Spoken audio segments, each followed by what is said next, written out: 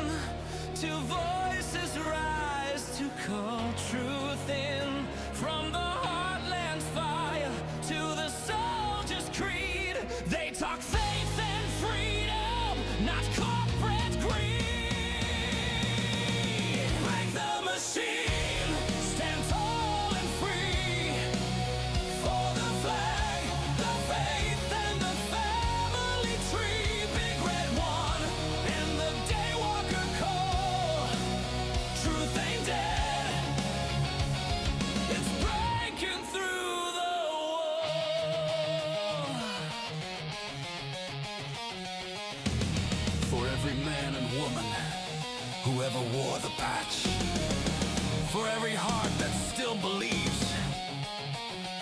We don't just talk about freedom, we live it! Break the machine, let the truth ignite. Raise your voice, it's time to fight the fight. Big Red One and Daywalker's light, shining faith and freedom through the night.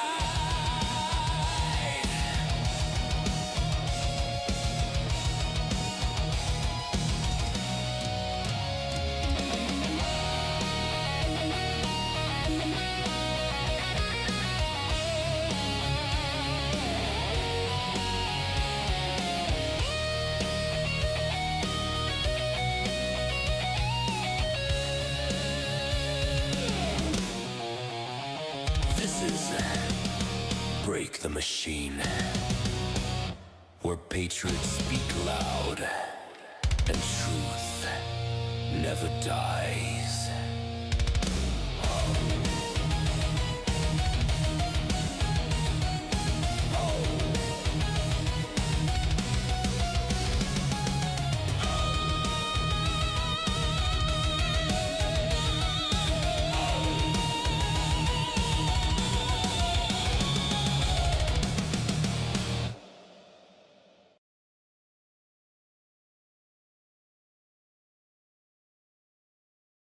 Good evening, America. Excuse me. Welcome back to another episode of Break the Machine podcasts on this Monday night. We might or may not be with Red Day today. He had a bit of a busy day at work. He's been still getting slammed at his job and whatnot. He owns his own business stuff and whatnot, so he's getting hammered. But tonight we have BryGuyBMoney, and we got 16 patriots hanging out in the stream right now, waiting on BryGuy. He'll be with us, he said, between 8 and 8:30, which is fine. Told him to just pop in when he's ready. He has a time. Everybody has life and whatnot. We got to make sure that we accommodate one another. He does this stuff right now. Just saw him in the chat say he's joining now. I sent your link to the Discord just in case, man. So just check the Discord too. I know you probably have it already. But this is a show that I kind of wanted to bring to you guys for a while now. I wanted to do a economy and financial show.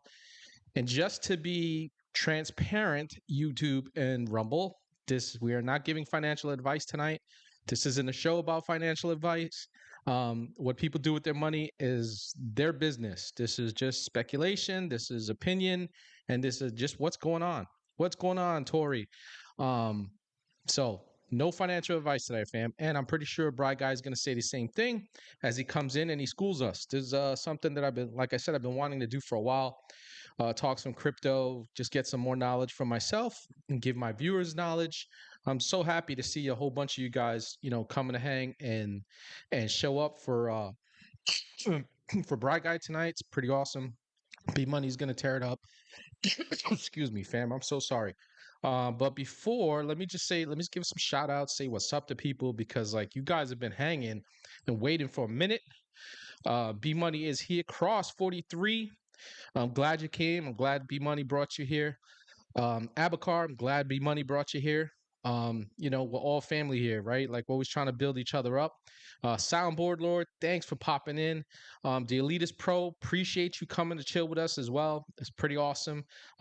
Jack Palindrome, thank you very much for coming to hang out. Any of the follows that I've been seeing, it's been going a little bit faster today, my chat.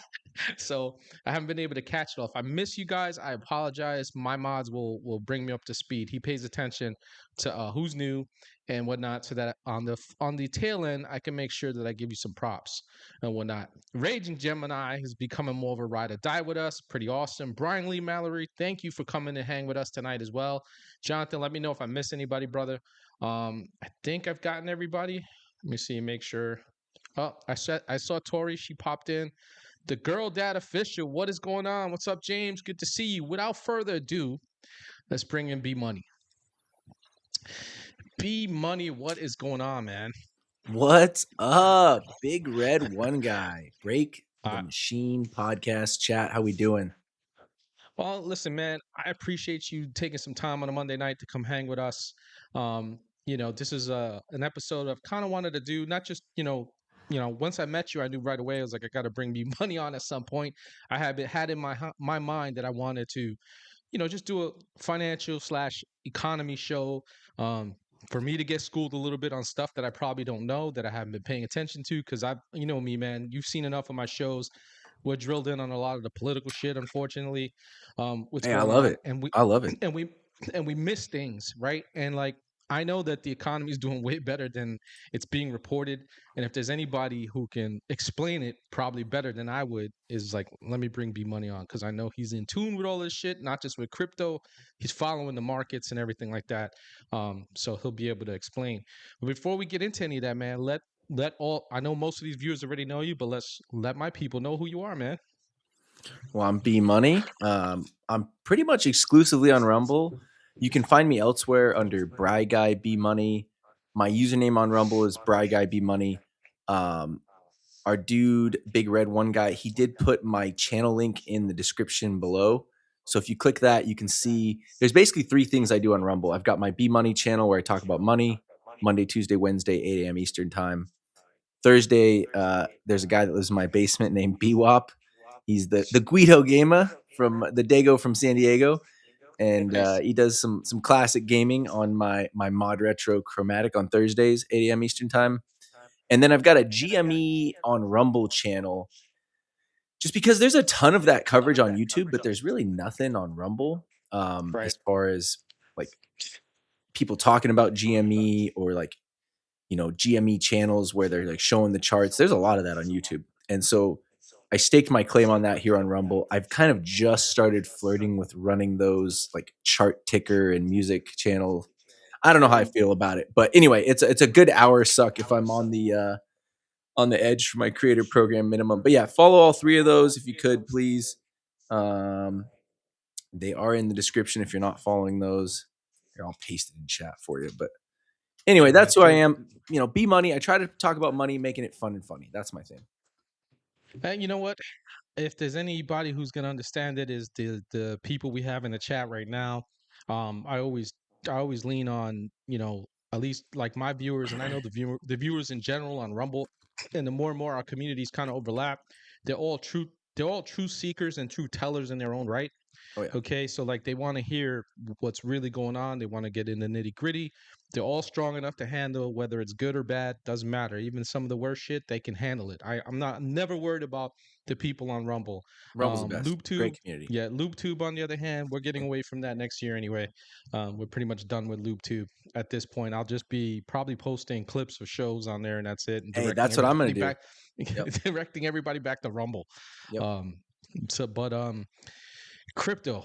So like, we'll start off with crypto before. Huh? We're going right in the deep end. Just straight in. Let's go. Yeah, we gotta come on. If we're gonna do this, we go big or go home, right? Yeah, no, that's what you originally said. You're like, hey, come talk to me about Bitcoin and crypto. I was like, all right, brother. All right. Right I on, know man. some of you's in chats. I don't want to expose you. It's like people that got crypto or guns, they all sunk in the boat accident. So, we don't, Yeah. first rule about crypto and guns and fight clubs, you don't talk about it. But Yeah. tonight we're going to break that rule. We're going to talk about it. Right So, on. let me do this before I want you to like do more of a question and answer dialogue. Sure. But I think there's two good places to start in crypto. On my show, I do a segment called Love, Prayers, Vision, Work, right? Mhm. And I think you got to come at it from a place of love and not fear. So that's first is, think of like curiosity or like the love of knowledge or the love of your family or yourself. Like something's got to motivate you to look into it. Prayers, say a prayer. It's you're jumping into the deep end, and then the vision and work. The vision is like setting it up. The work is doing it. So for tonight's show, there's two resources I want you guys to kind of use to get that vision to do the work. And the two resources are Learn Me a Bitcoin and Coin Market Cap. And I think I put those in the comments. Let me check. If I didn't, have. yeah, I did. Okay, so Okay, you did? yeah, All I'll right. put them in the chat though because I got them Yep. ready to go. Okay, so Learn Me a Bitcoin. This is kind of nerdy. This is some academic like math shit. And this is like when people say crypto, the crypto part of crypto, like, crypto can mean secret. It can mean like mathy type stuff. Comes from elliptic curve cryptography. So we don't need to get too crazy Right. on that. But that's oh shit. You have a no links policy. Okay, it's in the description. Where? Wait. Where Oh no, sorry. where's that? No. Sorry, I posted it twice. I'm tripping. No. Okay. I I'm was like, what? tripping. I was like, that can't be true. If you're in the chat, you should be able to drop. No, we good. We good, fam. We good, fam. Okay, All so right. there's two links, and these are resources for you to kind of nerd out like academically. Sort of get that vision built, and then the work is going to be going out and buying it, right? Yeah. So that's kind of Actually how I trying like to to break find it down. But yeah, trying to find it. Learn Me a Bitcoin. It's just above Bender, below Abakar in the chat. Yep. And so yeah, go ahead and click on that and like prepare for like, I don't know. Let's look at the pretty picture first, and then tell me if you ever seen that before. If you ever heard of elliptic curve. Yeah, I definitely have Coin Market Cap up on saved up and whatnot, Okay. so I can click it from time to time. I got basic knowledge. I have Okay. family that are into crypto and whatnot. Trust me, they're probably lurking and watching right now because I let them know that I was like, hey, I got somebody who's gonna talk crypto. All right, just to give you a better understanding on things and stuff like that. Once again, LubeTube and Rumble, we're not giving financial advice. No, we're He's here not to coming on discuss. here It's like a conversation at a bar. Yeah, not yeah, financial advice. this is just not financial advice. We are just two dudes talking on a topic that's actually very important. One of the things I have enjoyed about crypto, okay, is just that I feel like it's just disconnected from government for the most part, depending It on what was it is that originally you're. in the Yeah, beginning, allegedly, maybe, right? So there's some theories that it was created by the NSA. So it could literally be a machination of the government. So yeah, right. you, me, and the libertarians all over Rumble gravitated to Bitcoin before a lot of the others. We were in the in the innovator or early adopter phase of the 5 phases because of that libertarian, like, screw the government, Yeah. own your own Because keys type. Yeah. decentralization was just a big thing. Not being able to freaking tap into it, which is why I'm completely and totally against digital identification and all that other stuff. Because that's how they tap into your shit that they can't right now. Well, they're trying. But yeah, that is kind of, I think, a lot of people's attraction to it, right? So now, just like anything, I call it the Babylonian death cult. Some people call it the shaft, right? Dr. Pyrostine, the puppet on one of the best puppets here on Rumble, he calls it the shaft. People call it different things, right? The high table, right? There's all kinds of names for it, but their favorite thing, and this is, Anglo-Dutch, Venetian, Roman, Babylonian death cult, like the money masters. They like to infiltrate and destroy. So they're doing that in crypto. They've been doing it, I promise you. First they ignore it, then they mock it, then they attack it directly, then they infiltrate, sabotage. So that is happening for sure. Unfortunately. Anyway. There you go, Okay, fam. so I just gifted a whole bunch of subs for you all. oh, look at you go, gifting out the subbies. Good to see you all in chat. He already said hi to you all, so I love you. Hi. I don't want to, belabor the point. But one of the things I like to talk a lot about my show, and sorry, my whiteboard's messy because I did a show this morning. That's all right. Don't worry And about then it. I had daddy daycare, and then dinner, gymnastics, bedtime, boom, boom. I'm looking for my white. All right, there we go. So I didn't have time to get set up really. I was like running in here at the last second. But one of the things I talk about a lot in my show is there's a really cool analytical tool that McKinsey came up with. They're one of the big 3 consulting companies, and it's called Mises, mutually exclusive, completely exhaustive. And so, of course, Mises, like Rick and Morty. bro, don't you love that? Don't you fucking love Mises? I was like Mises. Hold Rick and Morty. Hold on, chat. You're gonna like this. I hope I don't break everything. God dang it. While he's getting ready, Clemthism, thank you so much for coming in. Appreciate you. Bro, Unkept fail. Bush, I got you. It's not even on you screen, failed, bro. so. Boo. There's this little thing right here. Someone jumped in. Hang on one second, and let me give. See this little box? Bender, yeah, is that a Mises box? Yeah. So now that I broke my entire background, that is a Mr. Mises I got from the Rick and Morty mobile at a brewery in San Diego. But Mr. Mises is like a little avatar guy I have in my intro, and he's a emote guy in my chat. And he's not Mr. Me Seeks, he's Mr. Me Sees. Anyway, Me See is mutually exclusive, completely exhaustive. And the reason it's a really useful analytical tool is, how a Venn diagram is like, the Vesica Pisces has like the intersection here. This is Kamala's favorite diagrams. Oh God. Well, let's erase it as fast as we fucking can. That's not where I'm going with this chat. I know. I love it. I know. I just figured I'd mess you up real quick. No, that's perfect. That was an amazing addition. So Mises says, screw Kamala. Let's try to figure out a categorization system where we can have mutually exclusive, right? Little cherry balls here, giggity. And then completely exhaustive. So everything fits inside, right? Like little pubes, okay? So there's no pubes out here. And there's no overlapping of the balls. There's no Kamala. There's no, sorry if I'm getting a little too X-rated. I try to make it fun and funny because if we just talk like pure money and like math, I know people like, legit what the hell, bore bro? the shit out of people. Yeah. So Mises is where you categorize things and you say, okay, everything fits into these 2 balls. Well, for crypto, there's 3 balls. Crazy, right? It's a mutation. Yeah. So the three balls in crypto are proof of work. Okay, let me make sure I'm on screen. I can see it. Yeah. Proof of stake and Byzantine fault tolerance. Okay. So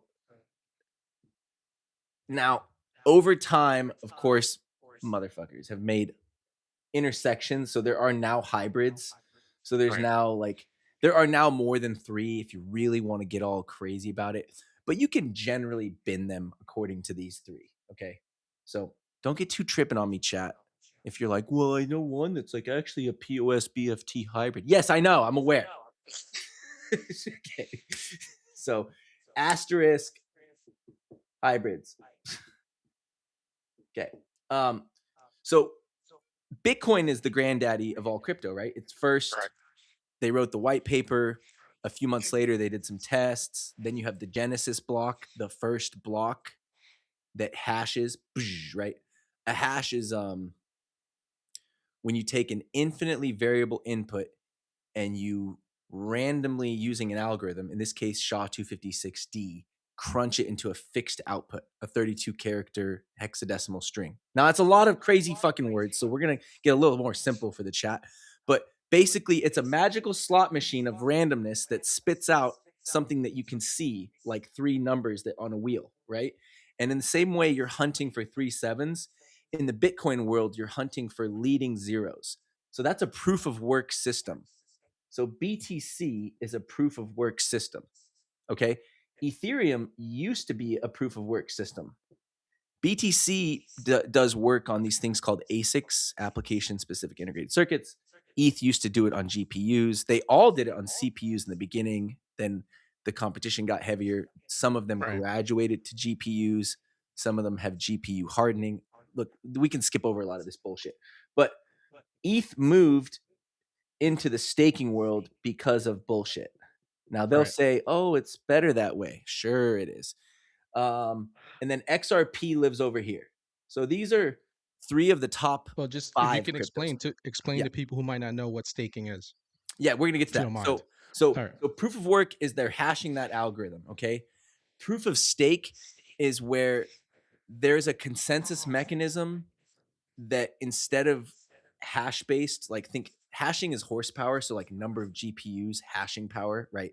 So like a GPU, does so many calculations per second. That's the hashing part, the work part. Proof of stake just says like how big is your balance, right? Like, there's enough people in the network with large enough balances that the network checks each person with a balance and says like, hey, you got a balance, like check. And it's kind of weak in my opinion because it's basically a node system with no miners. So Bitcoin has nodes and miners. Nodes validate what the miners and the transactors are doing. ETH basically just has nodes and transactors. They don't really have miners. Instead of mining, it's staking. It's some pussy shit if you ask me. Now look, just because it's a scam doesn't mean you can't make money off of it. I made a shitload of ETH. I've got a 2070 card rig that I ran for 2 years wide open when it was like $2 a coin. So just mining. Yeah, I mined Ether when it was proof of work for $2. Okay, they're like $3-4 grand a coin now. Yep. Even though they've converted to shit, right? Proof of stake. Just because it's crap doesn't mean you can't make money. So look, you can make money on all 1,000, 10,000 coins out there. You can lose money on all 1,000, 10,000 coins out there. The best technical coins might rip you off, or not rip you off. They might lose you the most money. So it's a tangled web of like best math and make you money, and the intersection is not always clear. So I just want to make sure people understand you can nerd the fuck out on Bitcoin and go broke. Okay. And you can be an absolute retarded idiot and get rich as shit. So it's why it's very important to take profits. Yes. Yeah, definitely. It's, if you 10x something, you might want to pull your principal out, let the rest ride. Or I always talk about split testing. You could just go half and half. Like in the you talked Rick and Morty earlier, right, Big Red? Yeah. You know how the multiverse splits off into like all the different like versions?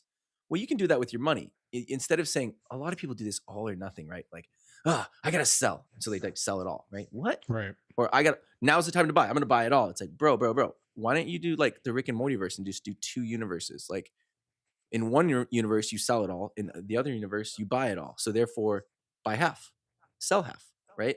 Right. And then you can break those off again and again as much as you want. But yeah, Monero, let's go. Exit Scam 2023. That was 2 years ago. If you know, you know. Fluffy Pony, the big jabroni, he was a freaking weirdo. The guy that created Monero, the joke for the longest time back in like 2015, I'm trying to remember when I first saw Monero. It was Exit Scam 2023. Well, that came and went. So for anyone, I saw Monero by Third Rail Politics. Monero, fuck the what? Yeah. Exit Scam 2023, baby. What is going on, Neuro? Good to see you, brother. What up, Nero? Anyway, so yeah, this is a good way to like think about the structure of every coin. You can always put it in one of these 3. And yes, asterisk, not always. There's hybrids, which is above my screen. You can't see it.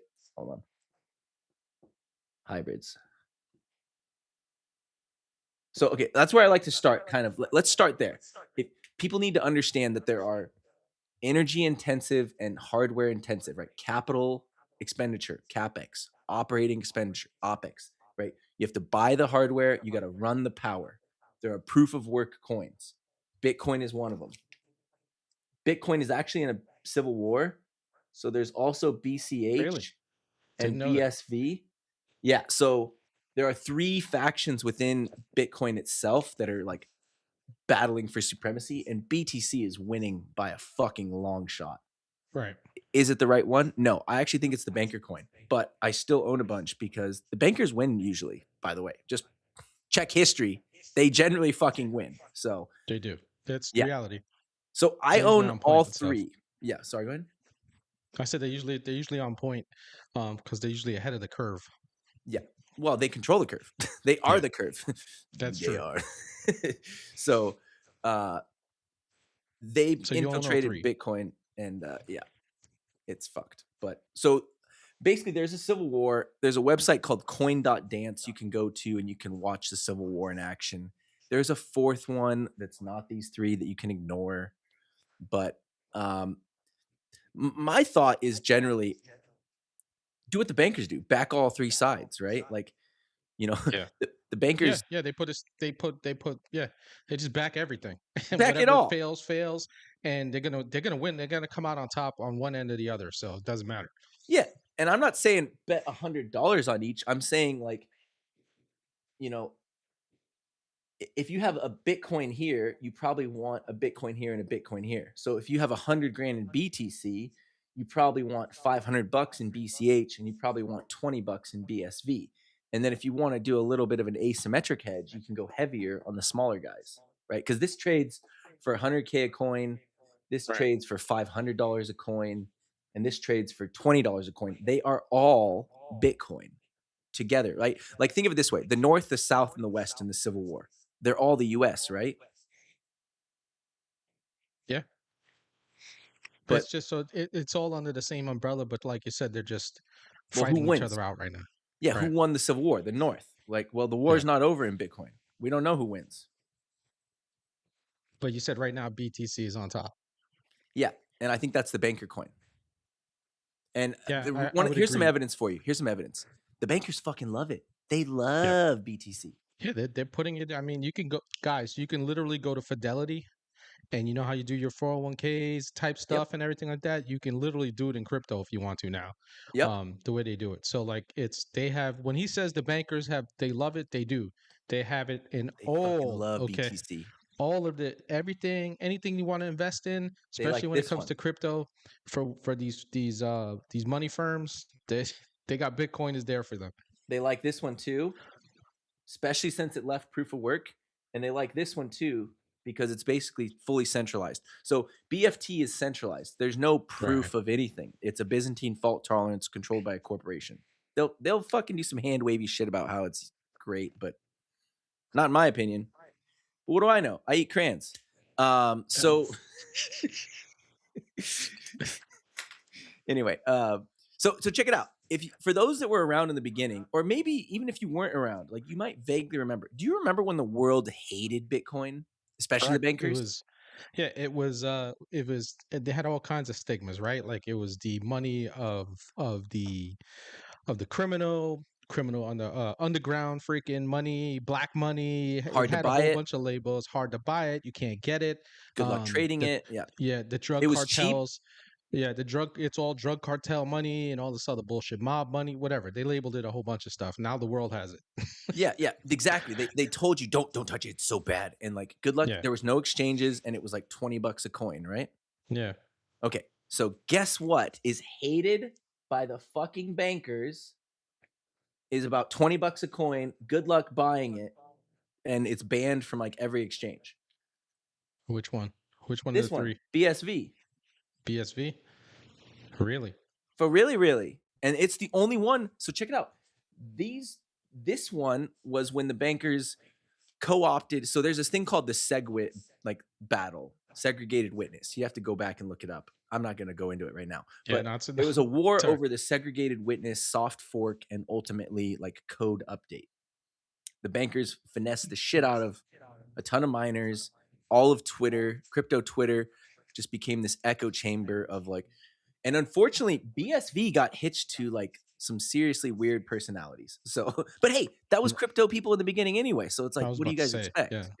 Yeah. So anyway, so the Civil War continues to rage on. This is the banker coin. I own all 3. I own a little bit more of these 2 coin wise, not necessarily dollar wise, as a hedge. And so that's kind of the anchor. Now, if you go out in the rest of like the top 5 or the top 10, Ether's in it. I own a bunch of that. I mined it. I already told you that.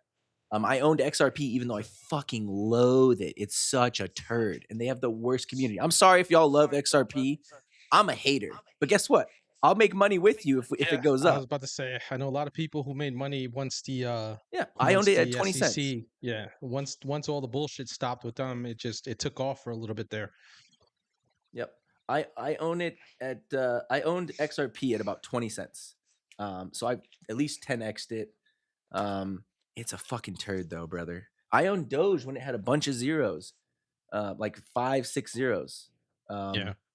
So anyway, the point is there it's all the Wild West. Even like the real deal BSV. I mean, that one's lost people some of the most money.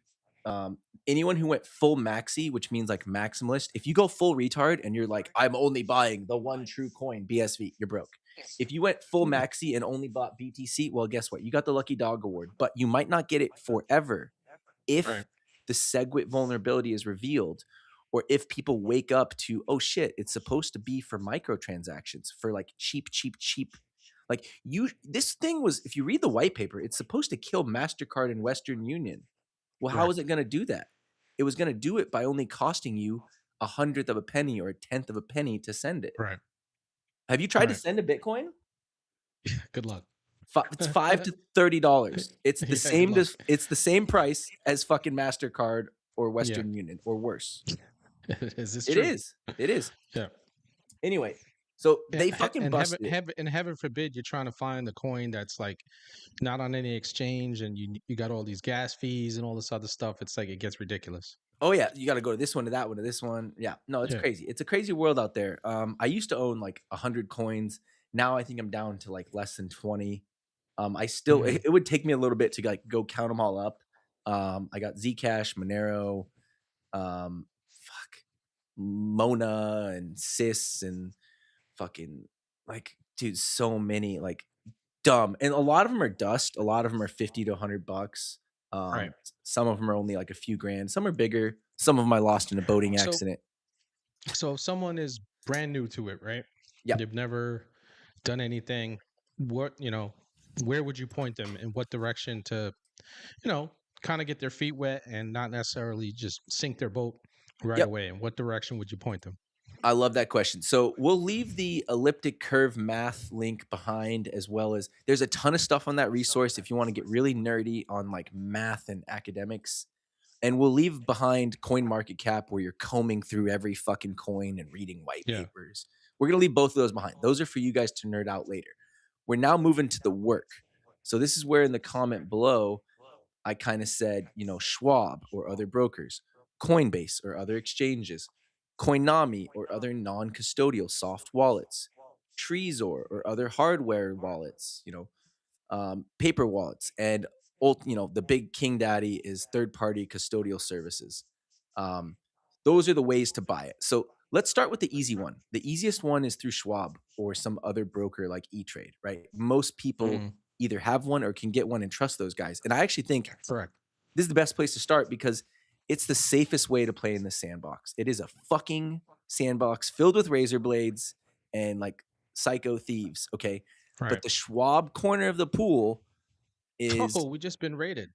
Ayo. What did we get raided? Nice. Midnight in the Mountains for the raid. Let's go, Raiders. Welcome, Raiders. Thank you so much for coming to hang. Absolutely appreciate it. Thanks for the raid, Midnight. Absolutely appreciate it, brother. W raid, W Midnighters. We're talking Bitcoin right now. We're going to go wherever chat wants to go.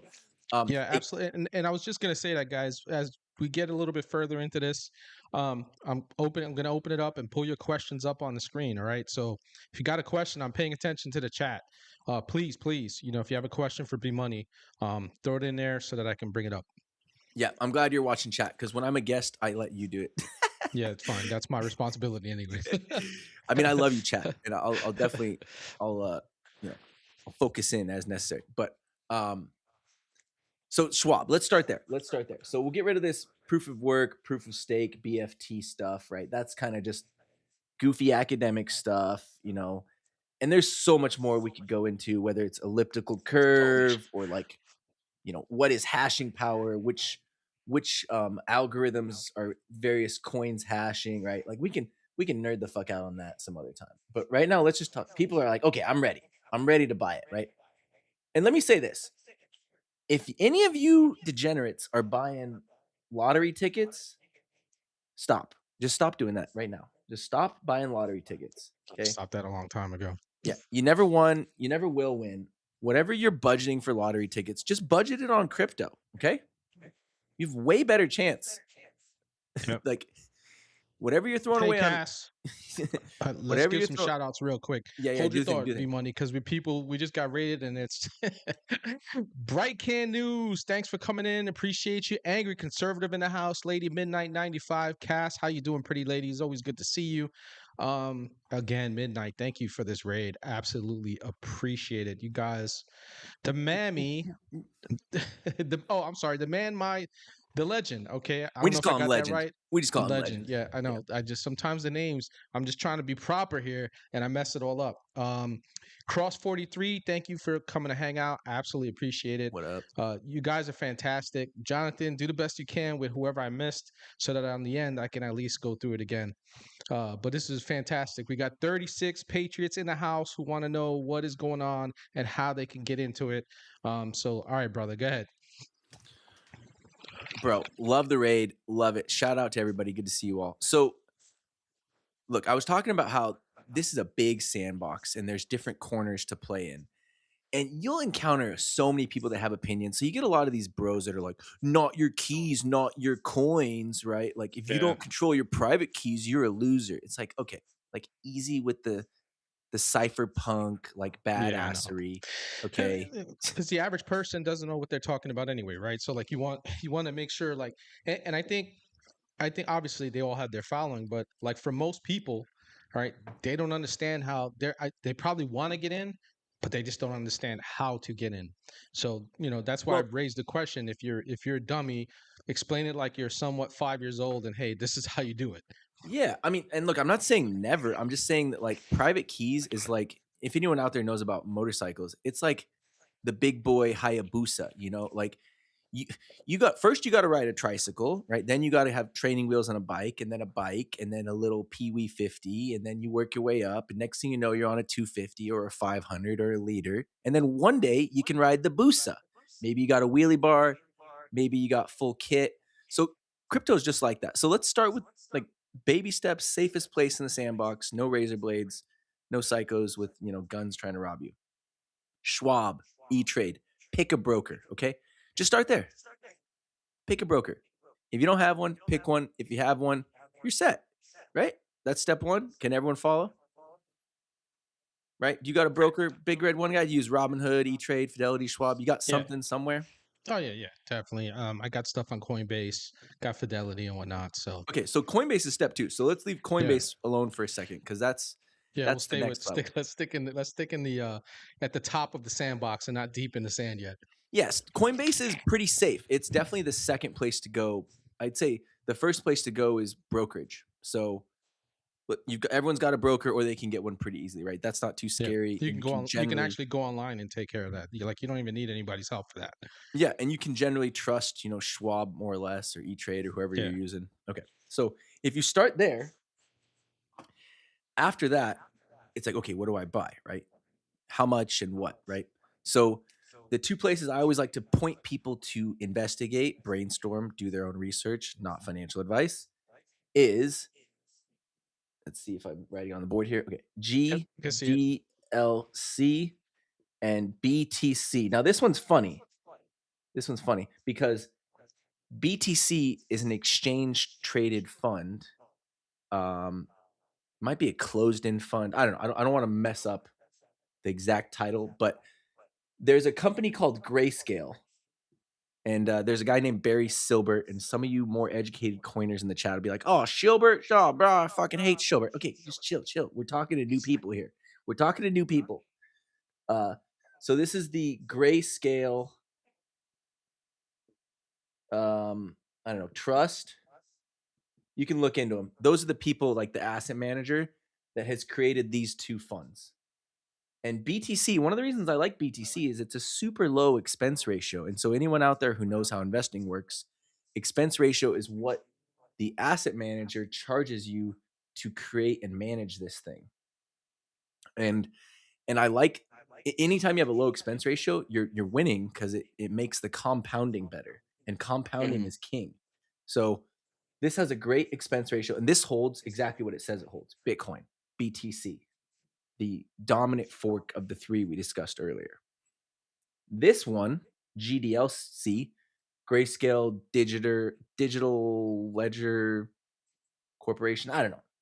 That's something I made up in my head, I think, but you can look it up. GDLC holds 5 of the top 10. Oh, hold on. I think I'm off the board. Hold on, chat. Hang on 1 second. Let me keep I got going this. while I bring up Yeah, you bring up Coin stuff. Market. I'm gonna bring up Coin Market. 5 of the top 10. Okay. Oh fuck, man. Hang on.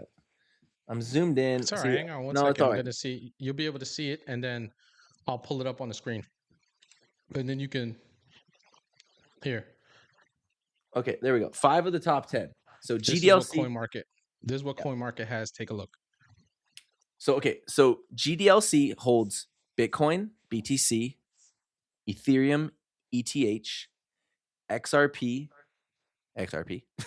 Yep. And then if you go down a little bit, it has Solana and Cardano, SOL and ADA. Right. These right here. So 5 of the top 10 are in that ETF. Now, go to just type in GDLC, and then I'm pretty Up sure. here in the No, search. go to like in Google or whatever. Okay, gotcha. Or Brave, or I don't care what you use. Yeah, I'm on the don't what do use you call it? GDLC ETF. Yeah, Or stock. I mean, it should come up with just here it goes. GDLC, but I don't want you to click like Yahoo or anything like that. I want you to go to like no. Grayscale's site. Yeah, I'm in there. I'm at their site right now. Hang on. I'll bring them. I will share that. Share that right there. Okay, so Grayscale, that's the name there. GSOL is one of their other products. We want to look at GDLC. So if you don't have it, I'll see if I can get it to you. Will I be able to pull it up in a search on their page? No, they don't have a search. It's okay. So at etfs.grayscale.com, I'll put it in the chat for y'all. Yep. And then / what? Well, you'll kind of scroll down and you can see them. So like the first is BTC, which I already mentioned. Hang on 1 second. Because that said GSOL. Here we go. There we go. So all right, let's go down the list here. So BTC I already mentioned. That's the one that has a super low expense ratio. Right. And it's kind of an affordable price point for a lot of people there at $40. GBTC was the progenitor. It was the OG way to buy Bitcoin through a stock account. It used this backdoor kind of way to get on the exchange. It has a higher expense ratio. It has a higher purchase price. I sold all my GBTC and I rolled it into BTC. So, okay. Now as you move down, yeah, these are all Grayscale. So Grayscale is the asset manager. So Chainlink, another one, right? That GDLC is a top 5. So that's an easy way for people to kind of set it and forget it. So click that bad boy. And then if you scroll down, like there's a ton of info here, but if you scroll down, we're just trying to, I'm trying to show you the holding. Zoom in a little bit. It's kind of small. Hang on 1 second. Or maybe that's on my side. Okay, that's pretty good. Okay. Yeah, so we can skip some of that. I want to get to the part where you can see like the percentage. Yeah, keep going. Keep going. Turns like okay. No, like the breakdown of the holdings. Where it's gonna say that like most of it is in crying out loud. I know, right? Keep holdings. There, you might be able to just click. Oh, I think we're there. There it is. Cool. There it is. Yep. So this top 5 is anchored in Bitcoin appropriately in the same way that like GLTR is anchored in gold. And then the second dog, Ether, is a pretty big chunk. 15% is roughly a sixth. So it's still definitely a material amount. Yeah, you're right. XRP 5% is right there at the threshold of materiality, but it's small. So this is an asymmetric bet. And then Solana and ADA are borderline immaterial. Definitely ADA. These do get rebalanced here and there to adjust their like risk reward setup. As the Right. price moves up and down between rebalancings, you'll see these kind of skew. So I think ADA has skewed to the low side recently. Cardano is getting punished a little bit, comparatively speaking. But this is nice because let's say you don't just want to buy Bitcoin, like you want to buy Ether or XRP Right. or Solana You and can buy a ADA. piece of it. You can just buy this thing and you get all 5 in one. And some real smart guys have already figured out, hey, we should put you mostly in Bitcoin and then second in Ether, but like have you Right. at like a 5-to-1 ratio on those, and then have like a little teensy weensy piece of these other 3. And what do you need? I'm going to bring us back to screen here so people can see GDLC, us. baby. GDLC. That's it. Like if So go ahead, finish saying I what was you just were saying, you saying. just buy GDLC. Like you go into Schwab, you type buy GDLC, boom, you get 5 of the top coins. So you could just do that. You could just buy BTC if you're like, screw that, I only want the one, right? Right. You could buy half of this one, half of that one, or you could buy a third of this, and then you could bring your other third into the Coinbase sandbox and go deeper into the rabbit hole. Right. I think that is a good way for people to what do you call it, to get in, like Yeah, you it's the said, shallow end of the pool. GDLC. Yeah, and and like any other fund, you can fund it monthly. Dollar cost average, baby. That was my show this Yeah. morning. It's so funny you say that. Yeah. You can just put in $5 each month. Every time that you're about to go buy a lotto ticket, say, no. I'm just going to buy 1 unit of GDLC. Well, think about it, right? Like the average person probably spends, who's actually playing the lottery, it can be upwards to like $100, believe it or not, because they play different lotteries. They play $10 on this, $10 on that, right? That's on the light end, right? Some people are spending $500 to $1,000 a month And on the that's what I'm saying lottery, and is then if you replace your lottery with this, you're doing better. You're instantly doing better because this doesn't go to 0 like the lotto. It goes to like right, half or like 10% at worst. And then it yeah, almost always rebounds. And boy, does it fucking rebound. yeah, yeah. I've been debating too about like where to go. I wanted to move some stuff from Fidelity over, and I was like, I want to do some crypto, but I'm glad you brought this up because I needed some knowledge for myself. Okay, and where I should go with some of this. So this is fantastic, fam. So guys, if you're starting out, like B Money was talking about, right, and you want to just kind of step in the kiddie pool, all right, and still probably do pretty good, all right, because listen, as volatile as crypto is, okay, it can be very, very fortunate for you if you're just a little bit smart about it. Some people go all in on one coin and they stay stuck on that coin forever, and they're watching it go up and down, watching it going up and down, and they never take profits, and then they wonder why they don't have any money and their money's stuck in one place. So like again, do your own research, fam. This is We're not giving you financial advice. You got to do what you have to do with your own money, but you should absolutely research this stuff before you do anything. Thanks, Neuro, for throwing that in there, brother. Yeah. I mean, a simple rule like some people have is like if they double up, they'll take out half and they'll ride free money. Or, Yeah, some people have a higher threshold. They're like, no, I want to triple up before I take out my principal, and then I'll ride with like 2x for free, right? yeah, Or with crypto, I mean, shit, you could set like a 10x target. Like I'm going to 10x and then I'll take my money out and I'll ride 9x for free. So you kind of right, have to figure out what's right for you. For some people, double up, take out my principal, let the house money ride. That's good, right? And so you have to figure out only you know your risk aversion, your age, your number of your kids, the size of your bankroll, whatever, right? The size of your investment. Um, but if you replace your gambling and you buy steady, each month, if you just stop buying lottos and just do this, you're gonna do better. right, And also, you have to train yourself. When you see red, you should buy more usually. Like when you feel that ick, I lost money, you have to train your brain to say, no, it's on sale, right? right. Um, That's hard. That's hard for people to do, right? Because like they hear the stories of people purchasing some meme coin and they got in early, right? And it just freaking 1,000x on something. They made so people were making a boatload of money, but then then when they are finally able to get in on it, it's already rock bottom because everybody is taking their money out already and everything. The dine and dash and stuff like that. Cass, I did not see KD raid. The only person that raided us tonight so far was Midnight.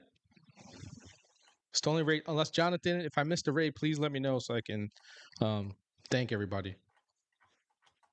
And Neuro See said, "Be right Midnight back." and That you're means gifted. Neuro said, "Be right back," which means he's gonna go get some people. Fucking Neuro. Neuro, God bless him, man. He's I know the he's awesome. patron saint of Rumble. He is.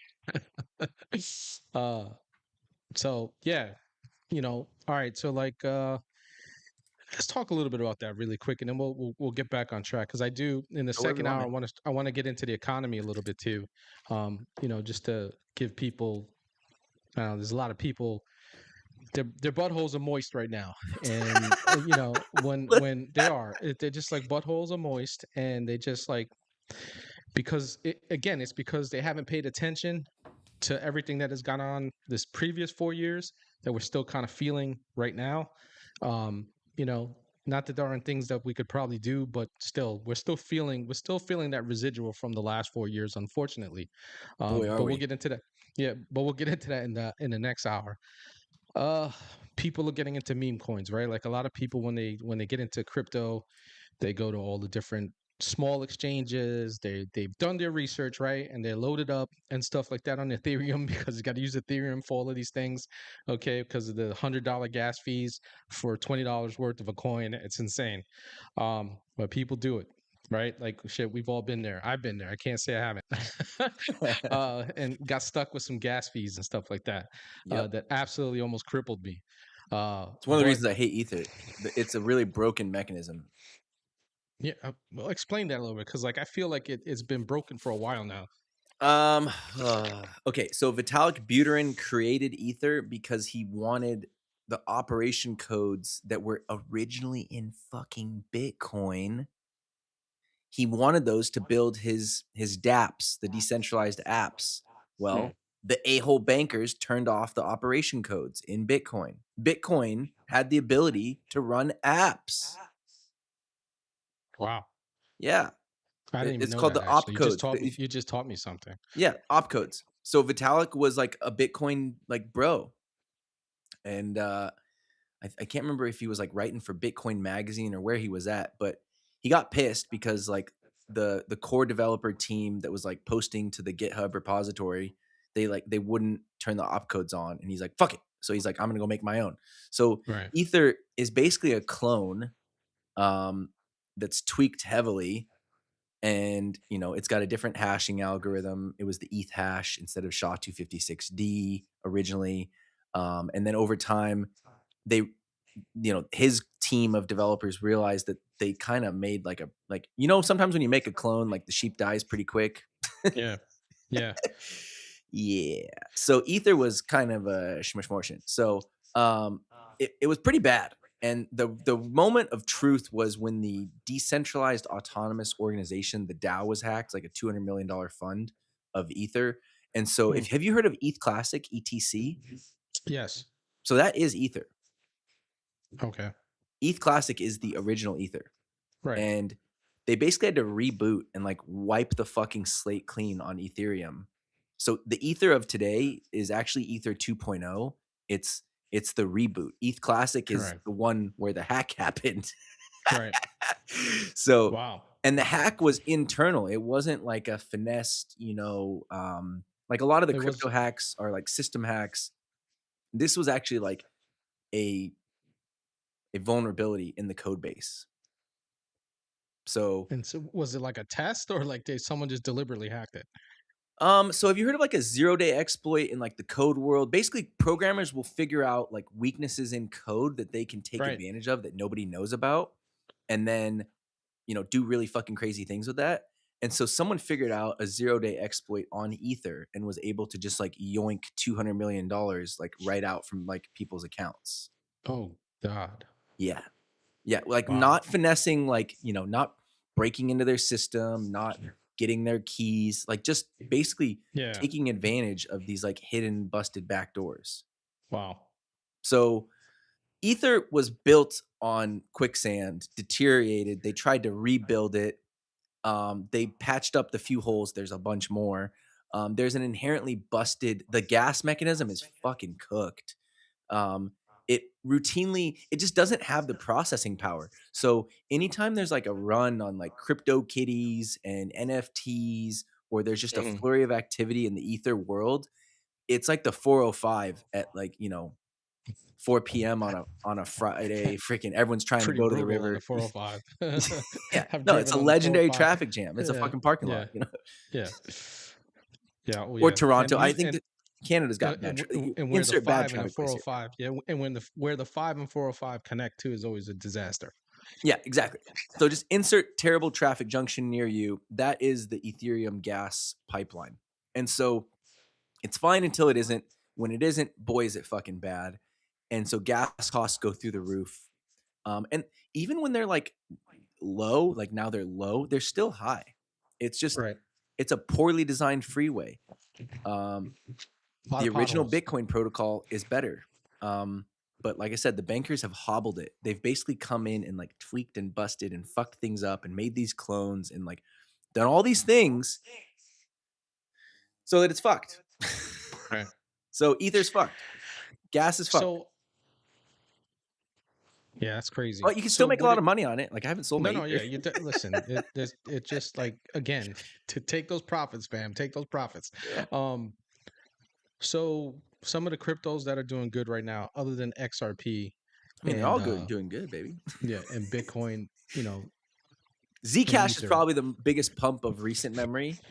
Mhm. That's I'd say in the last year, Yeah. Zcash is one of the bigger ones that's pumped the hardest. Monero, a lot of the privacy coins have had a good run as of late. So Zcash and Monero are like some top privacy coins. Is Monero? Monero's on Coinbase now, right? I I think they Monero's brought it up, but it was like a $300 or $400 buy-in or some shit like that. Like you couldn't even get it when I think so. I'm not sure. I could I be don't know, completely man. wrong.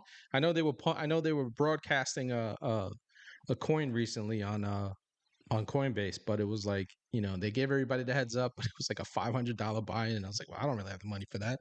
I was I just mean, like, Monero's 400 a coin. I don't think I'm probably I thinking don't of think a it's different available coin. on Coinbase. Yeah, I'm probably thinking of a different coin. Monero's one of the more hated ones because it's like one of the most private, like privacy coins. Mhm. So anytime you get into that territory, you're kind of playing with some really bad people. Right. Like Monero's got some bad players, right? Think about who would want the ultimate privacy coins, right? Correct. Yeah. Right. And yeah, we don't even have to elaborate on that. You guys are all smart enough to understand that with private coins, there's another kind of risk Yeah. with private coins. Yeah. It's a fucked up So world, man. It is a dangerous, scary, wild world. So there's fun, safe places to play. Start here, right? Start with your broker and these guys.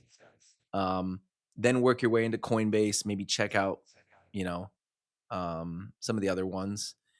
I will say this: if you go into the third step down the rabbit hole, and you start playing around with exchanges, Coinbase is an exchange. I think of it more like a bank than an exchange, just because they're so well capitalized and insured and staffed up. They're kind of at a different level. They're like a Bitcoin bank. But as you get into like a true exchange, like some of the shadier ones, right? Like think like FTX and Bitfinex and things like that. Make sure you take your money out of those wallets. The exchange wallets are very dangerous.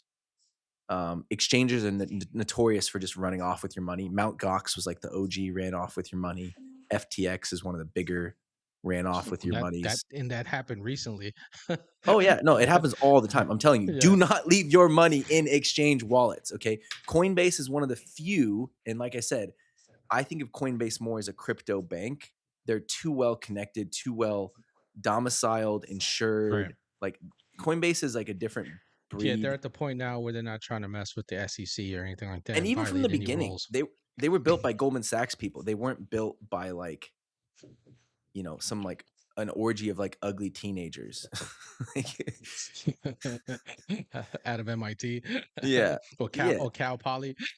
yeah. So, anyway, so yeah, so the third layer down is exchanges, and my advice there is like go ahead and play in those, but just make sure you get in and get out on exchanges. Okay.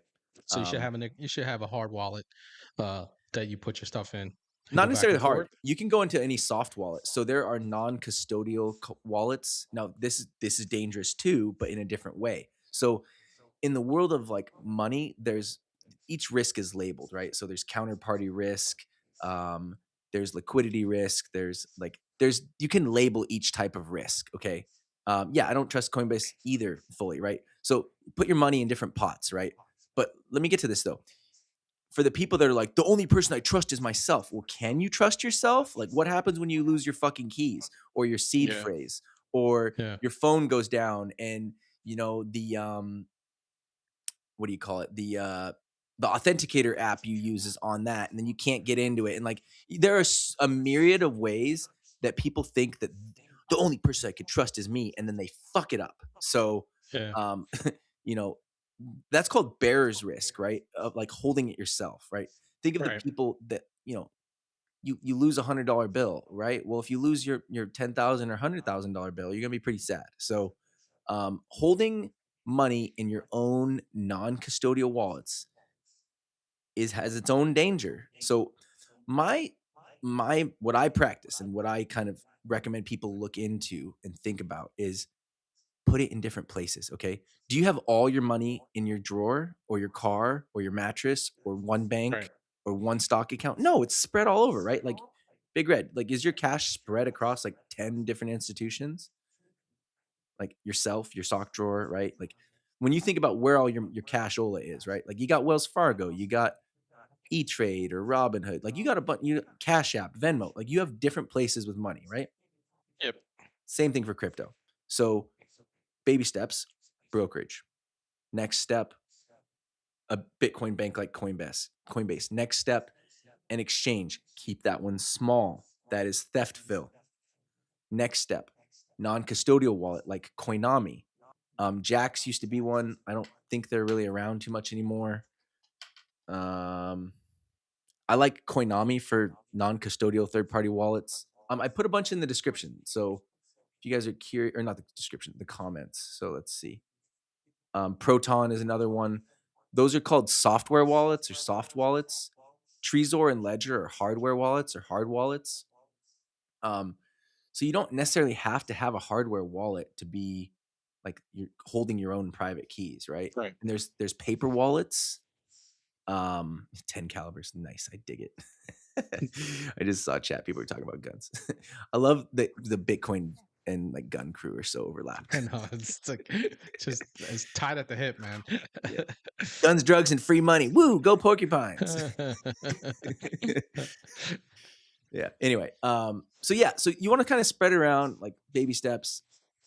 Schwab is the safest, right? The brokers are the safest, generally speaking. Coinbase is second safest. The exchanges are pretty dangerous, but then again, so is yourself. And I don't know if you know this, even the hardware wallets like Ledger and Trezor, if you're a super fucking like Haxor elite guru, you can hack those too. So there are known vulnerabilities for several of the hardware wallets. Well, I'm you serious, heard it, fam. There's You risk heard it. everywhere. There's risk It everywhere, is. right? It is definitely it's volatile. There's Well, like the you said, it's volatility is a risk separate everywhere. problem, but yeah, there's Yeah, risk, there's but I mean, volatility. overall, it's just the whole like atmosphere is volatile. Like everything can go wrong in a minute for you, if you're not constantly paying attention to it. Well, and it's an ever shifting landscape, like moving from proof of work to proof of stake, and like forks and fucking airdrops, and like there's just Yeah. shit. And the fucking IRS code changes all the goddamn time. There was a get out of jail free moment a couple years back where all you had to do was sell all your shit and buy it back a minute later. And the IRS wash rule didn't apply because normally there's a rule that says if you sell all your shit and you buy it back, Like, no, that don't count. Like, you still have your old cost basis. Right. But there was this fucking brief window in the coin world where you could like dump all your coins and harvest a loss, buy them all back, and get this like new shiny cost basis and just like laugh all the way to the tax bank. And if you weren't paying attention for that one fucking minute, you missed it. You missed it. Yeah. So It's been gone for a while. Yeah. Oof. yeah, and that's I'm a pretty crazy sure. fucking world. That's why, like, I don't want to overwhelm you. I want to bring you back down to earth. Just go to Schwab, do this, and call it a fucking day. Yeah. It's fairly, yeah, it's it. And just pay attention to it. And like I said, if you, Or don't. going back to the lotto rule, right? Like people spend average about $100 a month in lotto tickets. Take that $100 and put it in one of these and just let it and do it every month. Okay. And it'll continue to build money for you. All right. Find out what all the rules are about taking profits and all that other stuff. They'll tell you what it is you can and can't do right off the bat. So do they follow the same rules as like 401ks? When Blondie, good to see you, honey. What up, Blondie? Do they follow the same rules like with like the 10% shit, all that other stuff? Are you talking like the penalties, like early withdrawal type Yeah. stuff? Yeah. So it just depends where you hold it. 401ks. So let me think of it this way. Let me explain it this way. So I'm gonna erase. Well, actually, no, I'll do it below. Let me see here. So in the world of investing, you have like garages, right? Okay. And then inside of those garages, you can have a vehicle. And inside of those vehicles, you can have boxes. And inside of those boxes, you can have tools. Okay. Right. So there's layers to this thing. So, like a 401k is this garage over here. Okay. And then like an IRA is this garage right here. And then, a plain vanilla brokerage account, that's a fucked up house. Paint peeling off, planks falling apart. Yeah, that's a busted mofo. So a plain vanilla brokerage, I wrote PVB because that makes sense to me. A plain vanilla brokerage account is a different house, right? So 401k over here, they all kind of have their own like rules and stuff. And also you can paint the IRA house and the 401k house, different colors of paint or flavors, right? So, let's say you're a weirdo and you paint half your house one way and half your house the other, right? So you can have a Roth or a traditional. Now, most people paint their house one fucking color, or maybe you got two houses. Maybe you have two 401ks. One's Roth, one's traditional, and then maybe you worked at like 4 different fucking employers. So you've got 4 401ks, and you never decided to like sell one of those houses and combine them, right? You just got 4 little shacks, right? So when you say the 10% rule, if we're just talking about 401ks, you're probably talking about a traditional, or you're talking about a Roth that has not been contributed to for 5 years. So you get some crazy layers of rules on these things. Right. Also, 401ks usually don't let you pick what you're going to buy. Right. They usually have like, this is what our company allows you to do. Now, Yeah. there are little back doors out, like the self-directed brokerage option, where you can take 50% and say, fuck it, I want to put it over here. Like the PCRA trust or whatever, a self-directed account. Yeah, So you can move it. So, well, you can designate, hey, like Voya, can you actually put 50% of my 401k in this honey hole so I can buy whatever I want, like BTC or GDLC? And they'll be like, fine, but only 50%, right? Right. But generally, your 401k is not going to have a single option to allow you to buy Bitcoin. Correct. So let's just kind of ignore that for now, unless you want to do a self-directed account. So SDA, I'm going to put for self-directed account, but I think like Voya and a lot of them call them like PCRAs. I don't remember what the fuck that means. Personal choice retirement account, maybe. I don't know. So there are ways to get 401k money into like individual names. Like if you want to buy BTC or GDLC, there are ways to do it. We can just ignore that for now. Let's just say that you're going to do it through either, your IRA. Here, let me make it a little bigger. I know it's small. Let's say you want to do it through, IRA or a fuck, god damn it, plain vanilla brokerage, right? So when I say plain vanilla brokerage, they normally call that a non-tax advantage account. That's like the Robinhood of yesteryear before they allowed IRAs. Like, do you remember when Robinhood first hit the scene Yeah. and you couldn't get an Yeah. IRA? It was just like, Yeah. you It know, was just like, yeah, you could just go for broke on Robinhood and just you either made well, money or you lost it. it was a non-tax advantage account. Like there was no deducting this year for your contributions or getting Yeah. tax-free in retirement. It's just I call it a plain vanilla brokerage account because it's a Yeah. brokerage account, as are all of these, right? They're with a broker, but it's plain vanilla. Like there's no IRA designation that's painted in Roth or traditional. There's no 401k through your employer that's painted Roth or traditional, right? So with a plain vanilla brokerage account, you do whatever the fuck you want usually, right? So that's the easiest way to buy these things. Yeah. I personally like the Roth IRA because there's no better gift to old you than no taxes. Now there are rules, right? If you make too much money, you can't go directly into a Roth. You have to go into a traditional and backdoor your way in if that loophole is still even open next year, which I think the one big beautiful bill closed, which makes me a little sad, but you know, it's probably the right Right. move. So anyway, this is a lot of shit. So I don't want to get anyone too fucking confused, but this is to answer your question about the 10% rule. It's complicated and generally no, because good luck buying this shit through a In a 401k. 401k. Right. Now, if you do it in a PCRA, now here's the other thing too. Inside of these tax advantaged accounts, so inside of an IRA and a 401k, you can trade in and out like basically unlimited with no tax ramifications. Now, when I say in and out, I mean in and out of positions, right? You can put different cars into the garage, in and out of the garage, right? Or different boxes with different instruments. So, um, so like let's say one of the cars here is like, is GDLC. And then GDLC has, a couple different boxes, right? Because it's got XRP and Ether and all that shit, right? So you can like I trade in my IRA a lot because every time I trade, it's not a taxable event. Like it just lives inside this wrapper where like it's shielded. When I trade in this motherfucker, Yeah. every time I trade is a taxable event. Correct. So, you have to think, okay, have I held it for a year? Is it long-term gains? Have I held it for less than a year? Does it have a dividend? Is it qualified? Is it blah, blah, blah, blah, blah? Like all this fucking bullshit, Right. right? When it lives inside an IRA, it's like, woohoo, baby, party, party. Like, You can do whatever you want. Yeah. well, like as Within it. long as you're not Within it. withdrawing, right? As long as you're Correct. not Within the dispersing, IRA. Right. as long as in the IRA, as long as you're not literally cashing out and like Right.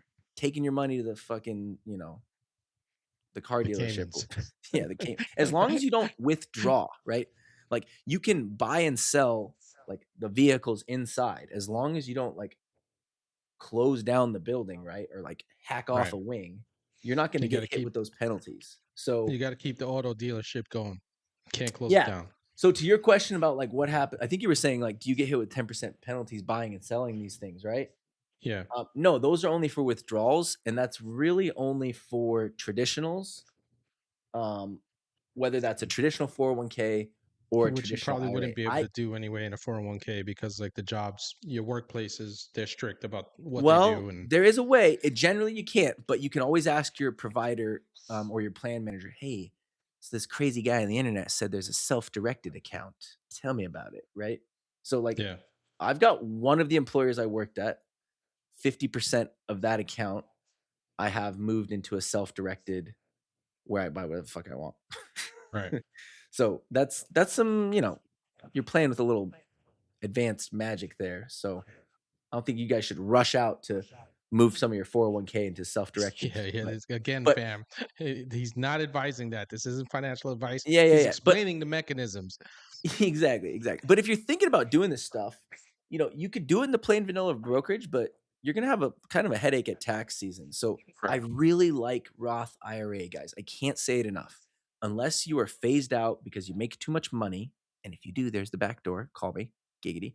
Um, but if you're not phased out, like if you don't make too much money, the Roth IRA is beautiful, and here's why: everything you put in, you can pull out, no penalty. Contributions can be withdrawn at any time from a Roth IRA for no penalty, no taxes. Contributions. That's the money you put in. The earnings, the gains, That's those have to different. stay in there until retirement. So if you put 10 grand in, you buy one of these two, it goes to the moon, you pull 10 grand out, you're good. Right. Now you got to dot your I's and cross your T's with the IRS at the end of the year and say, hey, I did this thing. And they're like, yeah, you're good. But you're good. A lot of people, but again, these are things that people don't know. Like they Yeah. just That's what they the got me. basic information. Yeah, they get the basic information, and you know, Roth IRA. Roth IRA. Yeah. If there's one takeaway tonight, it should be, well, I can go to Schwab and buy these two. And I think I want to look into a Roth IRA. Make sure you're not if you make too much money. First of all, you probably already know about this if you make too much money. So you probably don't. But if you do, then there's this thing called the back door. It's a little complicated. You will fuck it up. I fucked it up. But it's not the end of the world. You know, you make a mistake, you get up, you keep going, right? Right. So anyway, all right. Where should we go next? Economy. Let's break it down for people. Where we're at. What we're still feeling. You know, a lot of people. You know, I hear it all the time. I get it in my DMs. You know, they're upset. They don't feel anything has changed. I know in some places it has. It also depends on what state you're in.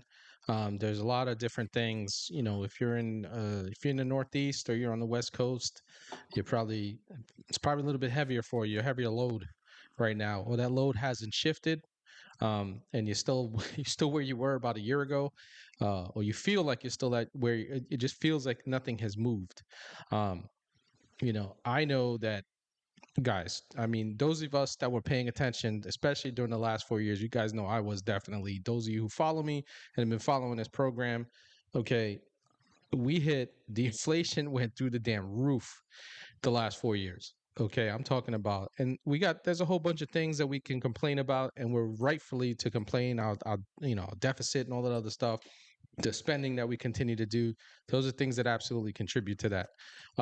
With that said, I mean, what did at one point it hit like 22% or some shit like that at the middle of his of the last 4 years, and then it was literally that they were trying to run it was 9%. It hit like 22%. It was ridiculous. The real inflation. Those of us that actually understood how it works, I'm right? It glad was you like know. 22%. We're around what, 2.73% right now. So I like the way you framed that because you hinted that there's the number they tell us and then there's the real number, right? So the Bureau of Liars Statistics, the BLS, the Bureau of Labor Statistics, they give us all these different numbers, right? Unemployment, inflation, but you really got to look closer. Which one are they giving you? Are they giving you core inflation, right? Is it the PCI or the PCS? You know, is it U3 or U6? And so you have to see They what throw out the language that most people don't understand, but B well, Money's gonna I'm break it saying, what down do to they you. carve out? Like, what does it Yeah. include? Like, they'll tell you inflation's 2.7%. Well, what is that? Like, how did they come up with that number? And so I really think I implore chat, dive in and see what that calculation is built off of. What are the assumptions? Because a lot of our world is built on fucking bogus assumptions. Okay. And you hit the nail on the head. They told us it was 9%, but it was actually like 22, right? Yeah. Yeah. So it's very rarely the real, like, we're not being told the truth. The Never. inflation is higher. Okay. You Yeah. know it in your gut. When they tell you, oh, like, don't count like rent or gas, you're like, what? Like, How can I not? yeah, like, It's like, don't yeah. When they're don't count telling you this not food to, and don't count this other yeah, food. And you're like, motherfucker, like, are you kidding? yeah. Yeah. So What's up, Joey? What's going on? Good to see you, brother. yeah. Let me start here. We are 10, 11 months in, right? Yeah. 10, 11 months in. Almost 12, right? Well, it was the end of January. No, 11. So, 11, yes, 11. Yeah, about 11 months in. and it's not like day one, he signed a ton of shit on day one and he started saying, go, go, go, go, go. Right. Yeah. But, imagine there's a field and you send, you're the general and you say, okay, like, run out to like the different corners and like stake a claim or dig a fucking hole. Well, it's gonna take them motherfucker some time to get out to the spot you told them to go to, right? Like go over there, right? And then start digging and then find the rock and then figure out how to get around the rock and then fucking break the rock and then deal with the asshole shooting you in the back and like deal with the fucker lying to you that told you there was no rocks. And so Yeah. we are 10 months in, and who are we fighting? We're fighting the Babylonian death cult, a 2,000-year-old entity of mafia assholes. Okay? Serious. Like we're fighting an ancient and evil force. Rome didn't fall, it reorganized. You know how there's bankruptcies where you restructure? Yeah. Okay, the motherfuckers that ran Rome, they didn't just like roll over and die. They fucking took all the gold and they went into the fucking hills. They basically moved into the Alps, into Switzerland. And where did they go after that? Prussia. And where'd they go after that? Netherlands. And where'd they go after that? England, right? And the point is these people don't go away. They do a mafia bust out, okay? They find a host entity, they parasite, right? Some people say it's the Jews. Well, yeah, I mean, it's a flavor of it, right? It's the Babylonian death cult. It's the Canaanite ball worshipping assholes. It's the Anglo-Dutch, the Shaft, right? It's, the British East India Company, the Dutch East India Company. It's a conglomerate of a whole bunch of It's the different bloodline entities. families. Yeah, Yeah. exactly. It's the 13 bloodlines and the Merovingians, and it's all these motherfuckers, right? And the point is, they've been running the table for thousands of years. And Trump gave him an old 1-2 in the first term, and like was pretty good. Some of the best unemployment. Give me just a second. I gotta shut my door. I think I'm causing some ruckus. Give me quick 30 seconds. 30 seconds.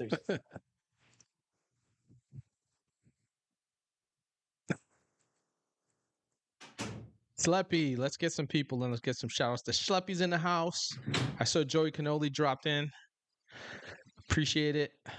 Tori's still with us. Nina, I hope you're still out there. So what I'm getting at is, yeah, sorry. Go ahead. No, go ahead. I was just giving some shout outs. Yep. You do think. Sorry, I was trying to be fast. No, go ahead. They're just some people that popped in. I got it.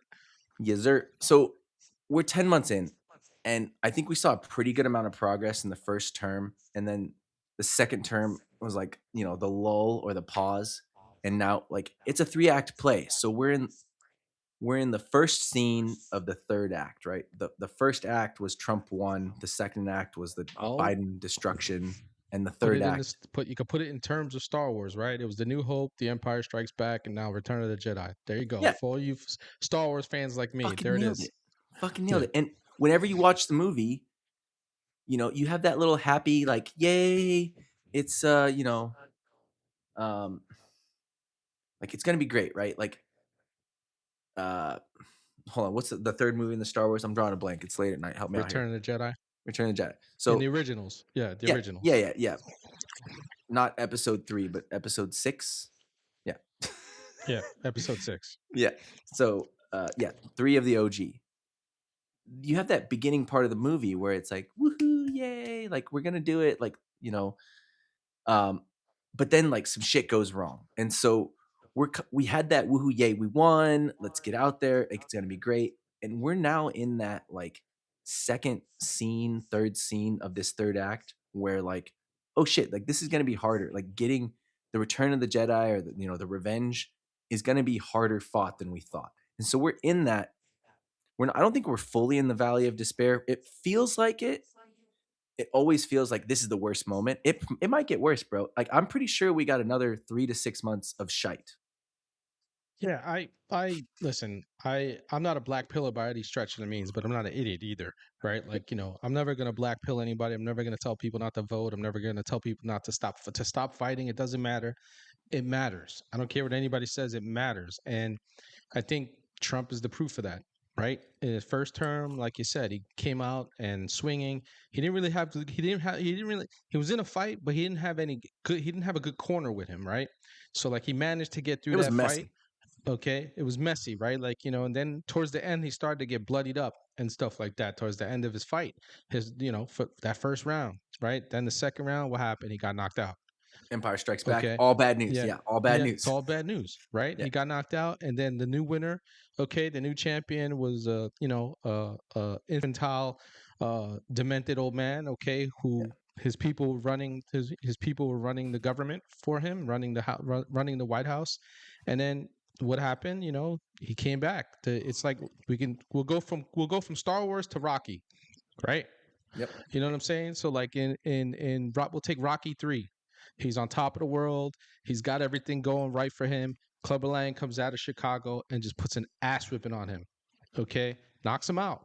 Knocked him completely out, okay? Put him out of the game, and he was ready to give it all up, right? His homeboys came to his homeboy, okay, who he fought, all right, in the first and second movies, okay? They became good friends, came and pulled him out of it, right? And that's all the people Let's get that back in the fight. you know, yeah, that's all the people that stuck, but the people that actually stuck by Trump, okay, and didn't actually run away when times got tough, when all the indictments were coming, and they were running people up in front of courts and judges, and they were just terrified, and they were they didn't want to stand with him because they just gave up, right? And then they went on social media and they were blasting him and saying that he's this and that, and they all looked like dickheads in the end, right? And what happened? Trump got back on the horse. He's back where he belongs. Okay, definitely has a better corner with him this time. I personally feel when it comes to the economy, we are absolutely feeling the Empire Strikes Back. It's still we're feeling. Well, we're it's still the feeling delay. that, It's right? the hangover. Yeah, Yeah. right. It Because takes think time about for it. things to take effect. It's true. In the beginning of Return of the Jedi, okay, what did they have to do? First thing they went to do is they went to go save Han Solo. They had to pick somebody up. Okay. Then what Bust did they them out have of to the do? clink. Yeah, they had to bust them out of the clink, right? What did Trump do on day one? First week he busted a whole bunch of people out of the clink. You know what I'm saying? To get more people behind him and stuff like that. People get need more to remember people in those this fight. victories. We got the crypto guy out too. Ross, what's his name? Anyway, the crypto That guy. was that libertarian guy. Yeah, Jonathan. Ross Ulbricht. Ross Ulbricht. There you go, Ross Ulbricht. Yeah. Thank you. Yeah. So It's easy to get discouraged because these fuckers got us on every angle. But remember the wins, remember the momentum, eyes on the ball. Like my deadline is next July 4th. If we don't see some major shit by then, I'm gonna start getting pretty black pilled.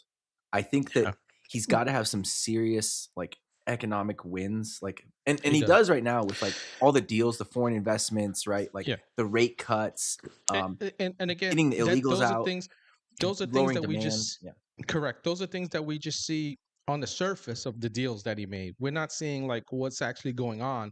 Okay, and like any deals, no matter what it is, okay, whether he did it in the first term or is he doing it now, we don't always see everything that's happening right away, and we don't always see the results right away.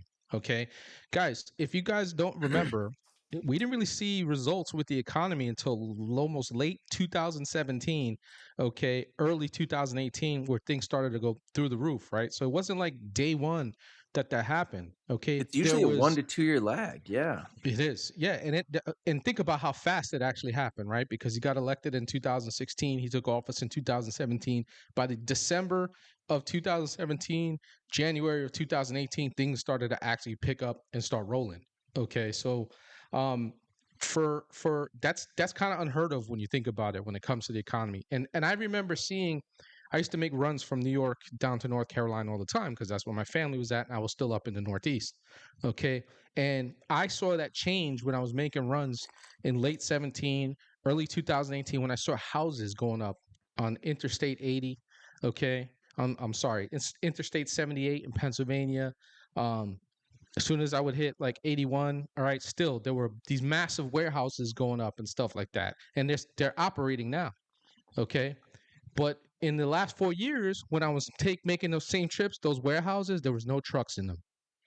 Okay, so like it was a big difference. I was like, holy shit, they built these it was Old Dominion built this big massive warehouse, okay, for distribution on Interstate 81. Yeah, I think it was on Interstate 81. And I can remember over the last 4 years, I saw it dwindle and dwindle and dwindle. I was like, holy shit, things are really kind of bad. But then I had to think back to 2017, 2018, and into 2019 before COVID. Okay, how good everything was. I was like there was constant business on that sector, you know, of me driving back and forth and seeing actual economics happen in real time, you know. So to everybody, just kind of, it's Just hold probably on, got to he's weather a little coming, bit of a storm. right? He's Yeah, coming. yeah. I mean, Hang on. the corollary there is 2018 and 2019. You said that's 26 and 27. Yeah. Um, third rail guys, if you have questions now, open them up. All right, crypto, the economy. Let's get the questions going. So we can just keep this dialogue going. It says, what's your third rail politics? Says, what's your take on government taking ownership in Intel, though? Well, I bought the rumor and I sold the news, so I made money on that deal. I still hold a little bit. I didn't sell all of it. I did take some profits. So Trump is telegraphing left and right. You can trade alongside of him, right? Like um, when he was muttering about how, like, you know, we gave Intel all this money and like, why didn't we get anything out of it? I was like, oh fuck, bro, like he gonna take some, like, so I Yeah, bought it, something's right? coming. Yeah, Something's coming. and I've been doing that left and right. So my take is like, give me some more, baby. Like, send me more signals. Let's do this. But let's think of it in a simple sense. You know, even if you're not trading on it, um, these companies were getting like free shit, and like we were getting nothing as a taxpayer, nothing in return. We're just giving it Yeah, out, and so there was a they lot of subsidies. yeah, and so his options were to like try to take that back and potentially collapse Intel, fuck over people's jobs, hurt a supply chain component of the economy, so on and so forth. Knock on effects rippling across the land, right? So that's one option is like, hey, you got all this free money, I'm going to take it back. Well, that doesn't go Burn over it well. down. Yeah, burn it That down. doesn't go over very well. Oh, you're just going to take it fucking back? Oh, that's nice. So instead he said, hey, what if you give us a gift in return, or we're going to take it back? And then they're like, okay, okay, okay, we'll give you a gift. We'll give you a gift. Yeah, So I think that's a really smart move. Also, when you look at the global landscape, you look at some of the like wealthiest like countries out there. I mean, fuck, before Hillary and her friends like destroyed Libya, Gaddafi, like all the citizens were like basically part owners in like a booming economy, right? Like everyone yeah, got like all kinds of free money and free houses and shit. Um, and you just look at some of the sovereign wealth funds in like Scandinavia, you look at like how some of the Emirates are just like every citizen is loaded to the fucking gills. I mean, look domestically here. Look at some of our like American Indian reservations and how they get to share in a piece of their like prosperity from like these yeah, entities, right? So I'm not totally opposed. Obviously, like nationalizing every company, you know, leads towards like communo yeah. fascist like hellscape. Just look at Venezuela. I went to Venezuela in 1996, the year before Hugo Chavez took over. It was night and day. Okay, I'm talking about they had everything from glass to stone artisans to you name it. It was a very what they're not just if you guys have not seen Jack Ryan season 3, where in the it's like the first episode he's talking about Venezuela, he is right on point about Venezuela. Okay, everybody's saying he asks a class, he's given a class. Okay, and he says, who would you think is our biggest adversary at this moment? Essentially, China, Russia, everything comes out.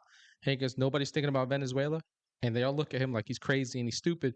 And he gets into not only are they oil rich, they have minerals out the yin yang. Okay, everybody talks about the oil. They had a lot of minerals. Okay, in that country. All right, but that nation was incredibly wealthy prior to 1997 when Hugo Chavez took over. Very beautiful nation. And once he started nationalizing everything, every single industry, including the press, that just wiped it off. Mr. Scott Awesome, I saw you earlier. Didn't give you a shout out. I apologize, brother. Mr. Scott. Um, hang on. There's a follow up from Third Rail. Says, I mean, as far as government implications, if Trump is taking ownership, won't leftists just implement more socialism? Very good question. I So think that I go ahead. yeah, no, go ahead. No, go ahead. I was you just were gonna gonna say say follow it's up. all about percentages, right? Like I think people often think in absolutes, and there's nuance here. So Trump didn't buy all of Intel, right? Like he didn't nationalize Intel, and he didn't nationalize the entire chip landscape. He took a small ownership of one company, right?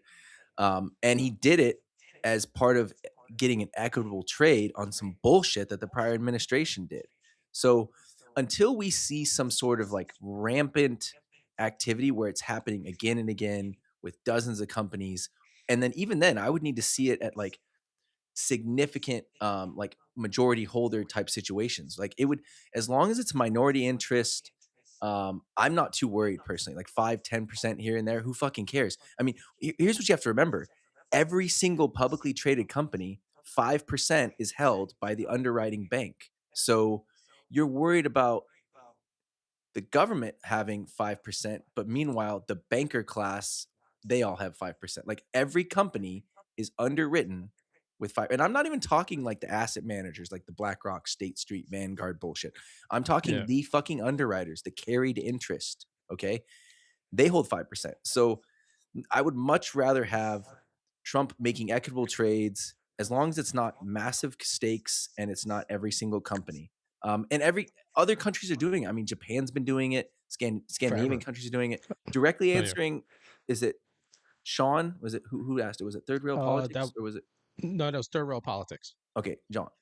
Okay, so he's saying, I mean, as far as government implications, if Trump is Yeah. taking ownership, won't leftists implement more socialism? So, um, look, the leftists are going to do crazy shit regardless of what Trump does. Regardless. Like they are going like we for too long have been like, well, we shouldn't do that. That's a bad idea, Yeah. guys. Like we Yeah. definitely shouldn't. Those days Look, are over. Those days have been we over need to for a long fucking time. end the filibuster now. We Yeah. need to go full bore on every single front as hard as we can. We need to stop being pussies. I was, and you guys who've been following and watched the show know that we talked about that once when I was against the, nuking the filibuster, and I explained why.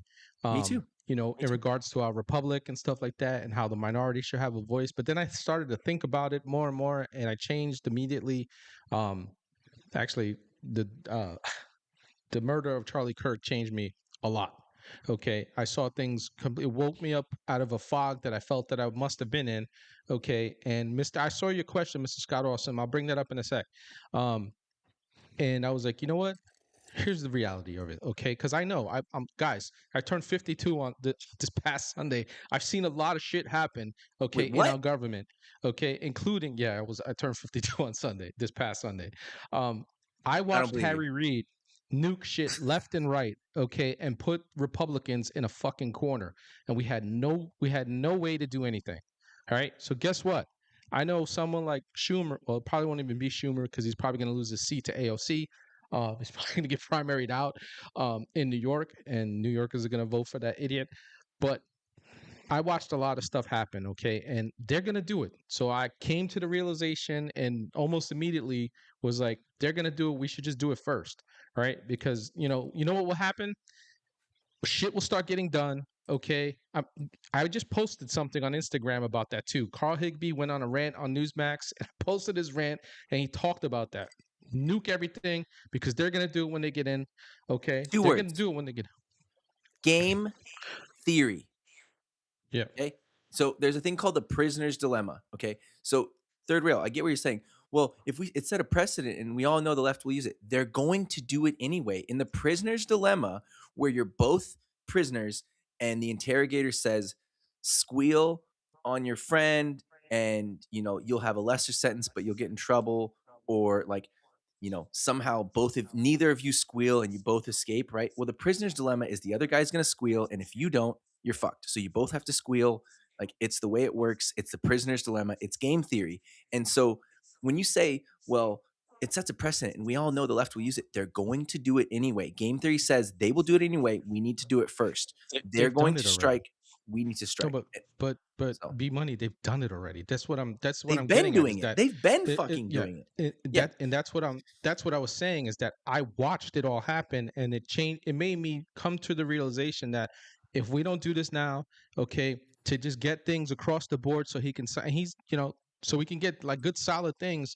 We are going to get our asses handed to us in 2026. Okay, we still got a little bit of time to make this happen. Okay. I Okay, think we we got all agree on the filibuster. So let's talk about the taking ownership. So first of all, it's not nationalizing. We need to agree on definitions here. It is not taking 100% of any one business or any one industry. So let's not make a false equivalency here. Let's not have like a straw man where we're saying, oh, like, slippery slope. If he does this, then he'll do that. Or this is the same as. It's not. It's a minority stake in one company. So until it's majority stakes in lots of companies, like, let's not make a slippery slope argument that one leads to that. It doesn't. That's a logical fallacy. Let's not make a straw man that this is that. It's not. Like, it's. I just. I think That's my he's respectful pushback there. I think he's again, it's the art of the deal for him, right? Like he's a businessman through and through.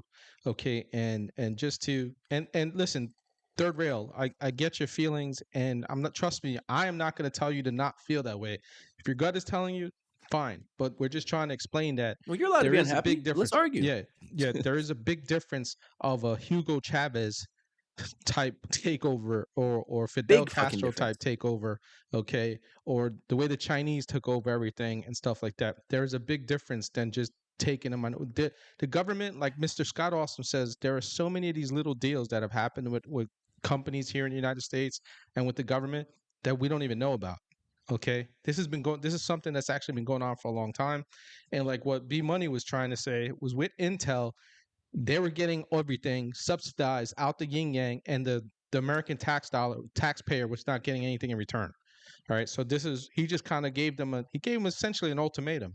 All right, he's like, well, we'll either burn it to the ground, okay, which he didn't really want to do because like what B Money was saying, that's jobs. It hurts. A chain of distribution. There's all kinds of stuff that would have been absolutely wrecked, going across not just here in the United States, across the world. It would have been a massive daisy chain effect. So I think that's what he was getting at. But there's nothing wrong with you feeling that way and I being love the hey, conversation. yeah, Yeah. yeah. There's nothing wrong with you continuing to feel that way. Trust me. I still don't trust the government as much as hey, I voted for the guy 3 times. He gets on my nerves sometimes with shit. Okay, but I know it's not him, and I guess it's more because like everybody else, there are things that I see that I want done immediately, but I understand subconsciously that's just not how it works. Unfortunately, 100. that's not how it works. Um, and Scott Awesome brought up this is very good question. A lot of people have been asking me this, in my DMs and whatnot. Do you think Blondie will be replaced in January? I don't think she's No, going to be replaced in January. I would bet no. I wouldn't Yeah, bet a lot, but I would bet no. yeah. I can extrapolate, but no. No, Um, go ahead, go.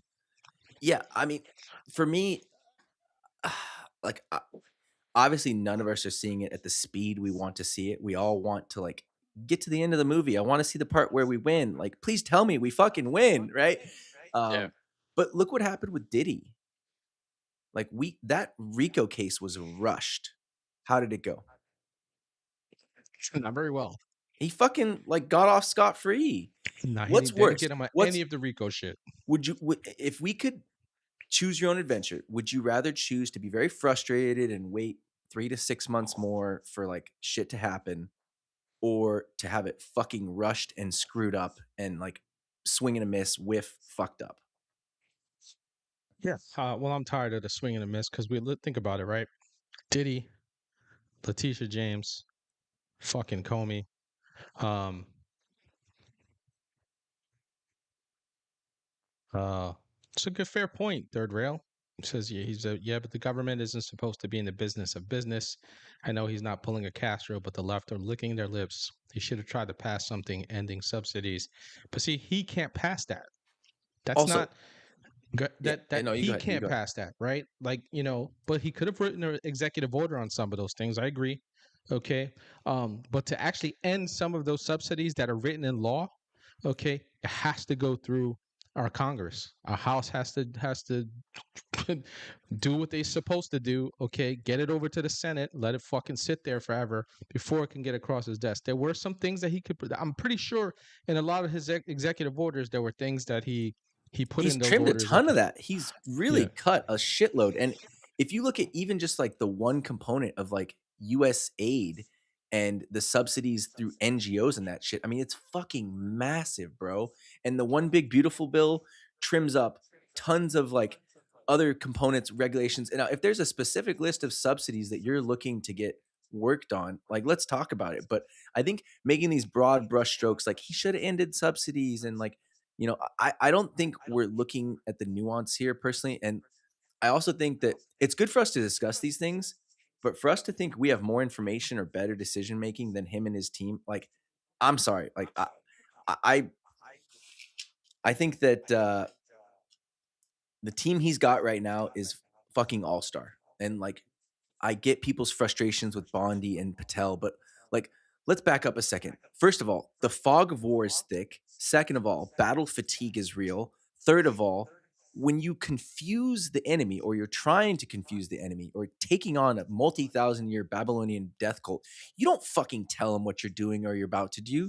You throw them off. You send fucking red herrings and feints left and right. And in that process, you confuse the shit out of the lay people watching on the sideline. Okay.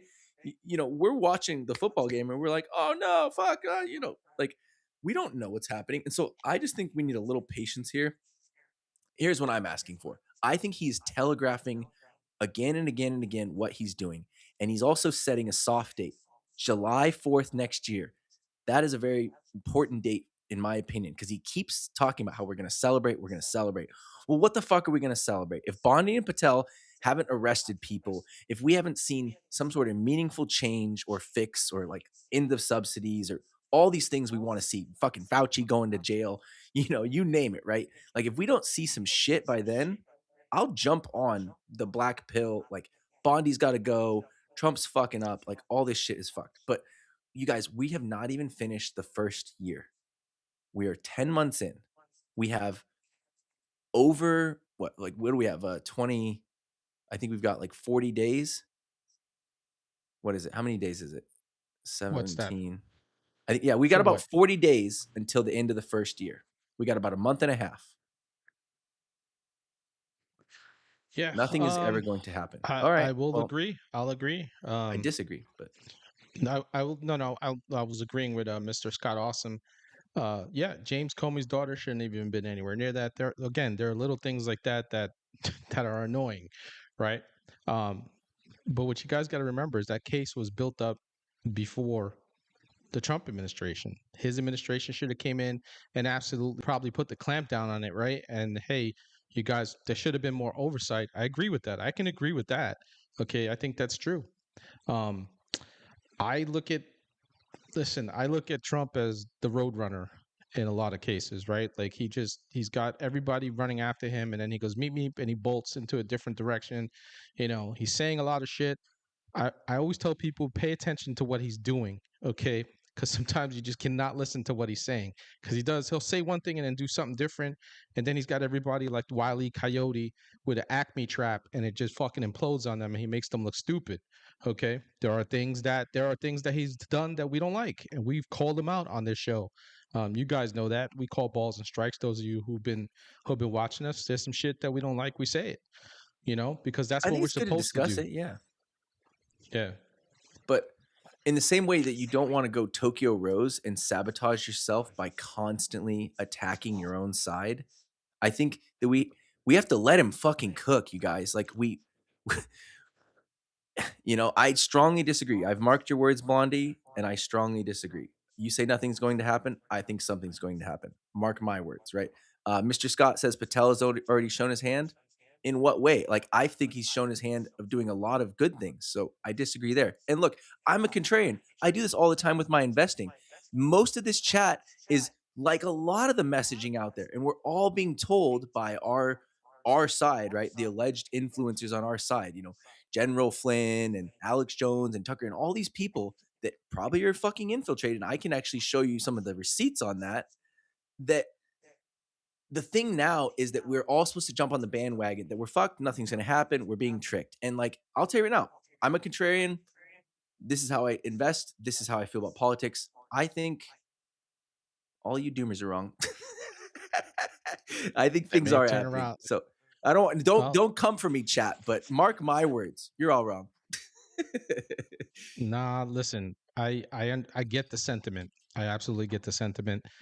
We have had our backs up against the wall for a very long time, and we've been over a barrel a very long time. Uh, and it's just I get it, and people want to see things happen fast. There are things that need to happen a little bit quicker. Can't say can't say that what do you call it, that things shouldn't move a little bit faster. What's going on, Liberty? Good to see you. Look, See you I Wednesday, want to know, Blondie. what do we accomplish by saying we're fucked? Like, I just want to know. Like, let's say I agree. Let's just say, okay, fine. You guys win. You're right. I'm wrong. We're fucked. We're being screwed. So what? Like, what do we do? Do we just like have a continuous circle jerk where we talk about how we're like losing and we suck and we fucked up by voting in Trump and he chose all the wrong people and we're screwed again? Like, I just don't see the point. It's so early. It's so futile. Like, what's our option? Like, where do we go? Okay, let's say I agree. What do we do? What's next? Okay, I agree. Now what? Good question. I don't think he's listen with Bondi. I do think he's got a time frame with Bondi. Going back to Scott's original question, Mine's July 4th. What's your guys's? Why now? it may be Why now? it may I be have sooner, my it may evidence be for July later. 4th is that's the date Trump is giving us to celebrate. So what's your date? Why less than a year? Why 10 months? Why? I can't say I have a date because, like I said, he's like the fucking road runner. He just like he doesn't meep, and then next thing you know, he's doing something different. Fair. I have Touche, seen touche. you know, he did have a post recently, okay, kind of putting Bondi on notice about some things and stuff like that on Truth Social and whatnot. Yeah, arrest somebody, right? Do it. Do yeah. the fucking thing, Yeah, right? Yeah. So again, he is putting people on notice. Now, to get back to the FBI guys, He's warming the room up, right? If he The just fucking FBI locked people up on day one, do you think that would Yeah. work? He's got to warm Yeah. the fucking room up. He has to get everybody on board. This is happening. We're fucking doing it. And he's Well, got them begging for it. That's my favorite part. He has the left begging for the Epstein files, begging and saying, nana, nana, boo, boo, you're in it. It's you. And every time they get a new wave, egg on face, they're fucking wrong. They all shut up. They fucking bury it. what's going on, Alistar? Good to see you. What about? Yes, a lot of he says a lot of limit of statutes pass on January 6th. Yeah, listen, third rail. I'm not. I get it. I see. I feel the pain. Okay. My I dad's feel in the same pain, camp as okay? you guys, by the way. My dad's on our side. He's 62. I didn't realize you guys look so young. You know, I'm 37, so maybe I'm just like, you know, little bright-eyed and bushy-tailed still. Bushy. No, My everybody. Listen, dad's with you guys. He thinks we're fucked. He's like, nah, it's Listen, over. people see things. People see things differently. It's okay for everybody to have their own opinion, have their own views. It's okay for people to, you know, those of us who've been kind of like I said over a barrel for a long time. I still have I have faith in Trump. I don't have faith in the Cool. government. All right. I've never had faith in the government. With that said, okay, I'm going to give you an example about the FBI. I brought it up a couple of times, guys. After 9/11, with the passing of the Patriot Act, the FBI, okay, instantly in a snap of a finger and the signing of a fucking law became another intelligence agency. Okay? Just like that. They snap of a finger and the signing of a bill, okay, into law. That's what happened to the FBI. They've done that for 20 something years. What 20 when did they pass it was like 2002, I want to say they passed the Patriot Act, or yeah, that sounds about right. Yeah, that sounds about right. In the first time in 20 something years, the FBI is actually doing what they have been mandated to do by law. Guys, I'm telling you, they've gone I'm after way advanced things. too, TRP. Me too. They've gone after they've gone after everything from freaking dumbass freaking betting freaking schemes to helping ICE and HSI, okay, round up fucking pedophiles all across the nation. Okay, so they're back they're out of the, well, won't say they're out of the intelligence because I don't know that. All right. With that said, okay, they are functioning the way they're supposed to function right now and go after the people and after the crimes.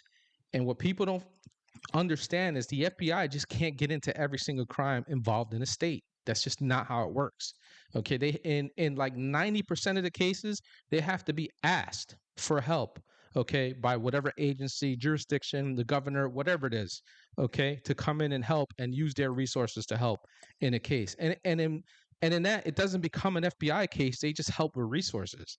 All right. Now, if something happens and it goes over across state lines, okay, automatically, okay, they're involved.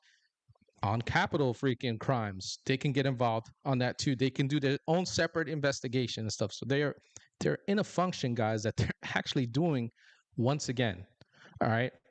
Still don't trust them 100% because I will never trust them 100%. But I'm just trying to tell you guys there are things. If you guys are paying attention, I know you all are. Okay, I know you all are because you guys are all truth tellers and truth seekers. So I know you're paying attention. All right, there are things that are happening that the FBI is doing correctly, like they're supposed to be doing, instead of fucking, instead of going after grandmothers who weren't even anywhere near the Capitol on January 6th and grandfathers and fucking killing them in their homes on raids and stuff like that. Yes, it is Okay, so like, significantly better. Is it the perfect score that we all want? Not yet, and probably won't be perfect, but I like your nuanced approach there. I think that when you start counting the victories and start realizing the terrible fucking things that aren't happening anymore, it looks a lot better than the shortcomings of, you know, some of the feints, right? Some of the things that we feel should have happened quicker or sooner. And this is what I say a lot on my show. Today is not the end of history, guys. Okay. I know it feels like it, right? Like every day that you're living, it's like, why didn't all the things happen? Right? Why didn't the investments that I bought, why haven't those gone off? Why didn't the guy I voted for like save us? You know, why? You know, and every day feels like the end of history, but it's not, you know. We have another day and another month and another year. So look, I will go full blown doomer black pill July 5th. Okay. Until I'll then, probably be on that. I'd probably be on that train too with you. yeah. Um, and this is a good one. This is a good one right here. Uh, Rogue Nina, you're 100% correct. It said if everyone quit bickering and fucking come together and did something about it, maybe something would change. But the brainwashing is strong on the left and the right. They're busy and no, you're 100% on both sides, and are busy and no one will take. Let me see. She No one will probably take the time. Yeah. take the I mean, time. Okay. the left is good at being cohesive. The right is good at like getting way too stuck in idealism. I think especially the libertarian branch, I hate to say it, being like a former libertarian and like deeply rooted in libertarian ideas and loving a lot of the ethos, I think we get lost in idealism and we need pragmatism. I think that when I watch Massey and Paul and Marjorie doing things that are divisive and detrimental, it hurts the movement. It, you know, as much as I love a lot of the things Massey says, being a stick in the mud and fucking things up has not helped us. So like he's like, sorry, bro. Like MIT cool guy, built your own house. Don't fucking care. You're out. Like, sorry. Yeah, Primary his he's ass. listen, Like, he's done quite a bit. That's fantastic, right? Like in his oh, I've career. loved him. But he's been on the right side of a lot of things. I think with him and with like Rand Paul, they're never Trumpers, right? They got a constant fight going on with them and they don't care. And it's Well, the ego. masks are coming off. It's an ego thing, with them. And that's what bugs me with them is because I know they have the potential to do fucking great things because they have great ideas and stuff like that. Okay. But they could be You intel know, agency assets too. I mean, look, Patrick Byrne was an idol of mine, right? You know Patrick Byrne, the Overstock guy, pretty cool dude, yeah. right? Instrumental in starting UFC. Really cool guy, like one of my idols. Well, guess what? Fucking 2 days ago, he's like, yeah, I'm a CIA asset. I worked for Obama and Brennan. Oh, fucking cool. Like, That's one and way to ruin your fucking day. yeah, and remember Ann Coulter? Remember she was like the first of us to be like Trump's gonna win when nobody believed. Do you remember Yeah, Ann they laughed at Coulter? her on Bill Maher. She was on Bill Maher's show and they laughed at Yeah. her. Well, and then we find out at the very end, right before Trump was about to like do the thing and get elected, she fucking swerves off the path and says, Trump's terrible. We're fucked. Don't vote for him. And then we found out later Mitt Romney was funding her. She was a planted Pied Piper, an agent provocateur, a division fag, one of the Hegelian dialectic, like red herring motherfuckers that pulls you away and infiltrates and sabotages and destroys. And I think that's what's happening right now. I think the Pied Pipers are exposing themselves or getting exposed. I think Patrick Byrne got flushed out and had to confess he was CIA.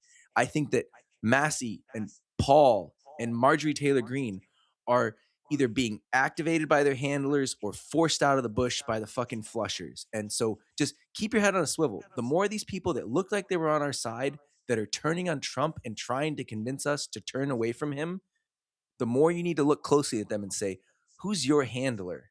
You know, what lodge are you in? What fucking British intel agency is controlling your asshole, right? And so, you know, I don't know. Down, what's going on? Good to see you. No, there's they're just you know, well, MTG lost me when she went on the, what do you call it, the apology tour and all the leftist shows and everything like Oh, the that. second And she it, went on The View, it's like fucking activated, right? yeah, it just like, well, she ruined herself anyway. I think the reality is she wanted to run for Senate. President Trump kind of pulled her fucking to the side and said, "Here are the numbers. You don't stand a fucking chance in hell, okay, to get elected there. You're only liked in your district, right?" And the reality fucking hit her, and it just, you know, the feminazi came at her, right? And then we started seeing clips of her talking about, you know, how illegal immigration is, you know, essentially in a roundabout way because she's told, they speak on it, right? They tell on themselves, right? She has a business, her family has a construction business that was worth like $700,000. They obviously hire illegal aliens because she pretty much in a on a podcast said that's what they do. Okay, and then, you know, now she's worth 25-30 million dollars. She's what do you call it, retiring a couple of days after her fucking pension is vested so that she can get paid by the US tax dollar for the rest of her life. Yeah. So she's part of it Fucking too. scum me, right? It's okay. Third rail, it's fine that you Yeah, disagree we with can that. disagree, but that's I'm actually we okay with that. agree. We agree. They are voting on principle, and my point is that you know, principle that fucks you over is dumb. Like ideology over pragmatism, like principle over progress, like principle over effectuating like actual improvement and change is not the way. Sometimes if you have one guy that's standing on the principle and it fucks over getting something important, like moving the chains down the field and getting incremental progress on pushing back the fucking tide, well, that's not helpful. Like principle, I agree with you. They are voting on principle. They're voting on principle that fucks over our side, that helps My the problem with, enemy. but my problem with the voting on principle thing is that if you look at their records, there are plenty of times they didn't vote on principle. Okay, so There's that's that. what bugs me. Sometimes it's principle, Okay, sometimes it's lies. Yeah. yeah, right. That's what bugs me about it. Okay, is that if it was constant principle, I would have so much more respect, and you wouldn't hear a peep out of me. I'd be like, well, it is what it is. That's who they are, and there's nothing I can say about it, right? Like for instance, you know, Ron Paul was fucking principle. Okay, that dude was straight principle. There was nothing you can do to sway him away from absolutely anything. He was gonna vote a certain way no matter what. Voted for him Rand twice. Paul's dad was principle. Um, Or no, once. Once I voted but for him I once. get it. Listen, I get it, man. It is what it I get it is. too. Okay. I think I we personally all agree. feel Let's remember, we all agree on more than we disagree on, right? We all we are our gonna like be heading out here shortly, Yankee. our side Good. agrees on more than we disagree on. We need to remember that regardless of what we disagree on, we agree on a fuckload of things, and Yeah, we need to stay that course. there is definitely way more agreement with us. Okay, and you know what though, guys, I'm okay with us not agreeing on everything. I am totally okay Yeah, with us let's talk. not agreeing. What I want us to do is the things that we do agree upon, the things we know we have to fix, the things I want us to stay together with that. I don't want you to change your mind. I don't want you to change your position on things that you feel in your heart and you feel strong about it, because that's what makes us who we are. Okay, what I want us to do is there's so much shit. There's so much bullshit going on right now. I want us all to concentrate on the shit that needs to get done, and I want us to do it together. Um, yeah, Alistar, I agree with you. We might disagree on the minutia, but we agree on the big things, as we should, right? And just come together, and just come together on what we Okay. need to do. Yeah. Third row says, says, I never said it wasn't fine. I'm a Ron Paul libertarian. I don't agree with anyone. That's true. He didn't agree with Hey, anybody. I I voted for like Ron healthy Paul disagreement. Nothing once. personal. I know. I'm not taking. Trust me. Third rail. Don't take any of it personal, man. I think that I just think there's a lot of overlap with what we agree upon, and let's just fucking come together and attack it. You know, let's get it done and continue to speak up, guys. I tell you, don't stop fucking. It's so easy for us to get black pilled and then stop speaking. Yep. Okay, keep speaking up. freaking posting on social media. If you think that the administration is not paying attention, they pay attention a lot to social media. Okay. Do you guys remember when that idiot from freaking Florida, that leftist from Florida, he was gonna put fucking in the ATF as the head of the ATF? Man, social media went ape shit. Okay, and they canked that shit really quick. Yeah, All we right, got so to like, speak up. I think we should. And sometimes that's what he wants. I think that sometimes Trump wants us to like, I think he laser pointers at shit sometimes. So we do get mad. So we empower him to do things. So be you, be authentic, be real. I'm just saying sometimes maybe take a breather, take a break, step back. And like, I voted for Ron Paul. That was the first presidency I voted in. I voted for Ron Paul. I voted for Gary Johnson twice. So I'm with you guys. I shook Gary Johnson's hand. I went to a meetup and I shook the guy's hand and asked him some hard fucking questions. So, um, but I, I I have never uh, felt as much optimism and hope as I have with Trump. And it sucks. It's taking forever. We have some setbacks every fucking day, but I feel, dude, I feel it in my bones, deep down in my plums. Like we're listen, going the and right direction, folks.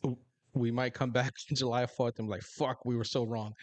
Oh, dude, I'll eat crow And soup. Like, have me on. Let's in a do this. Let's heartbeat. have a July 5th stream. I'll fucking eat crow soup or we'll party. Like one of the two. Like, Yeah, it'll either be like, man, we sucked on that fucking episode. Uh, uh, sure. Hey, I've been wrong yeah, before. Ask my wife. It's at least once a day. been fucking wrong plenty of times in my life. Good knows I've shit.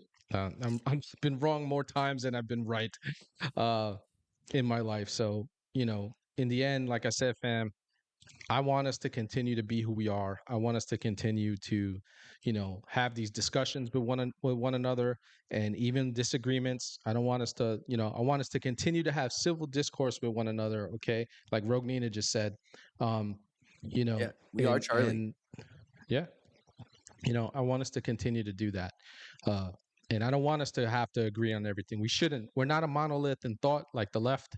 Actually, the left is a conglomerate of fucking special interest groups that congeal like sewage when it's time for them to get shit done. We don't need to be sewage, but we just need to come together and get shit done. And we need to push the people, even the people that we like. All right. We shouldn't be afraid to fucking tell them how we feel when they're doing something wrong. That's just the way it is. I'm never going to tell any of you guys to stop doing that ever. You guys have to always speak your mind, speak your piece, and fucking say it out loud. Right. And once we start holding these people accountable, and that's the key, right? Like we have to hold people accountable. We have to hold people's feet to the fire. You know what we got to do too? When it's time to fucking oust someone because they've been a dipshit for far too long, we need to oust them.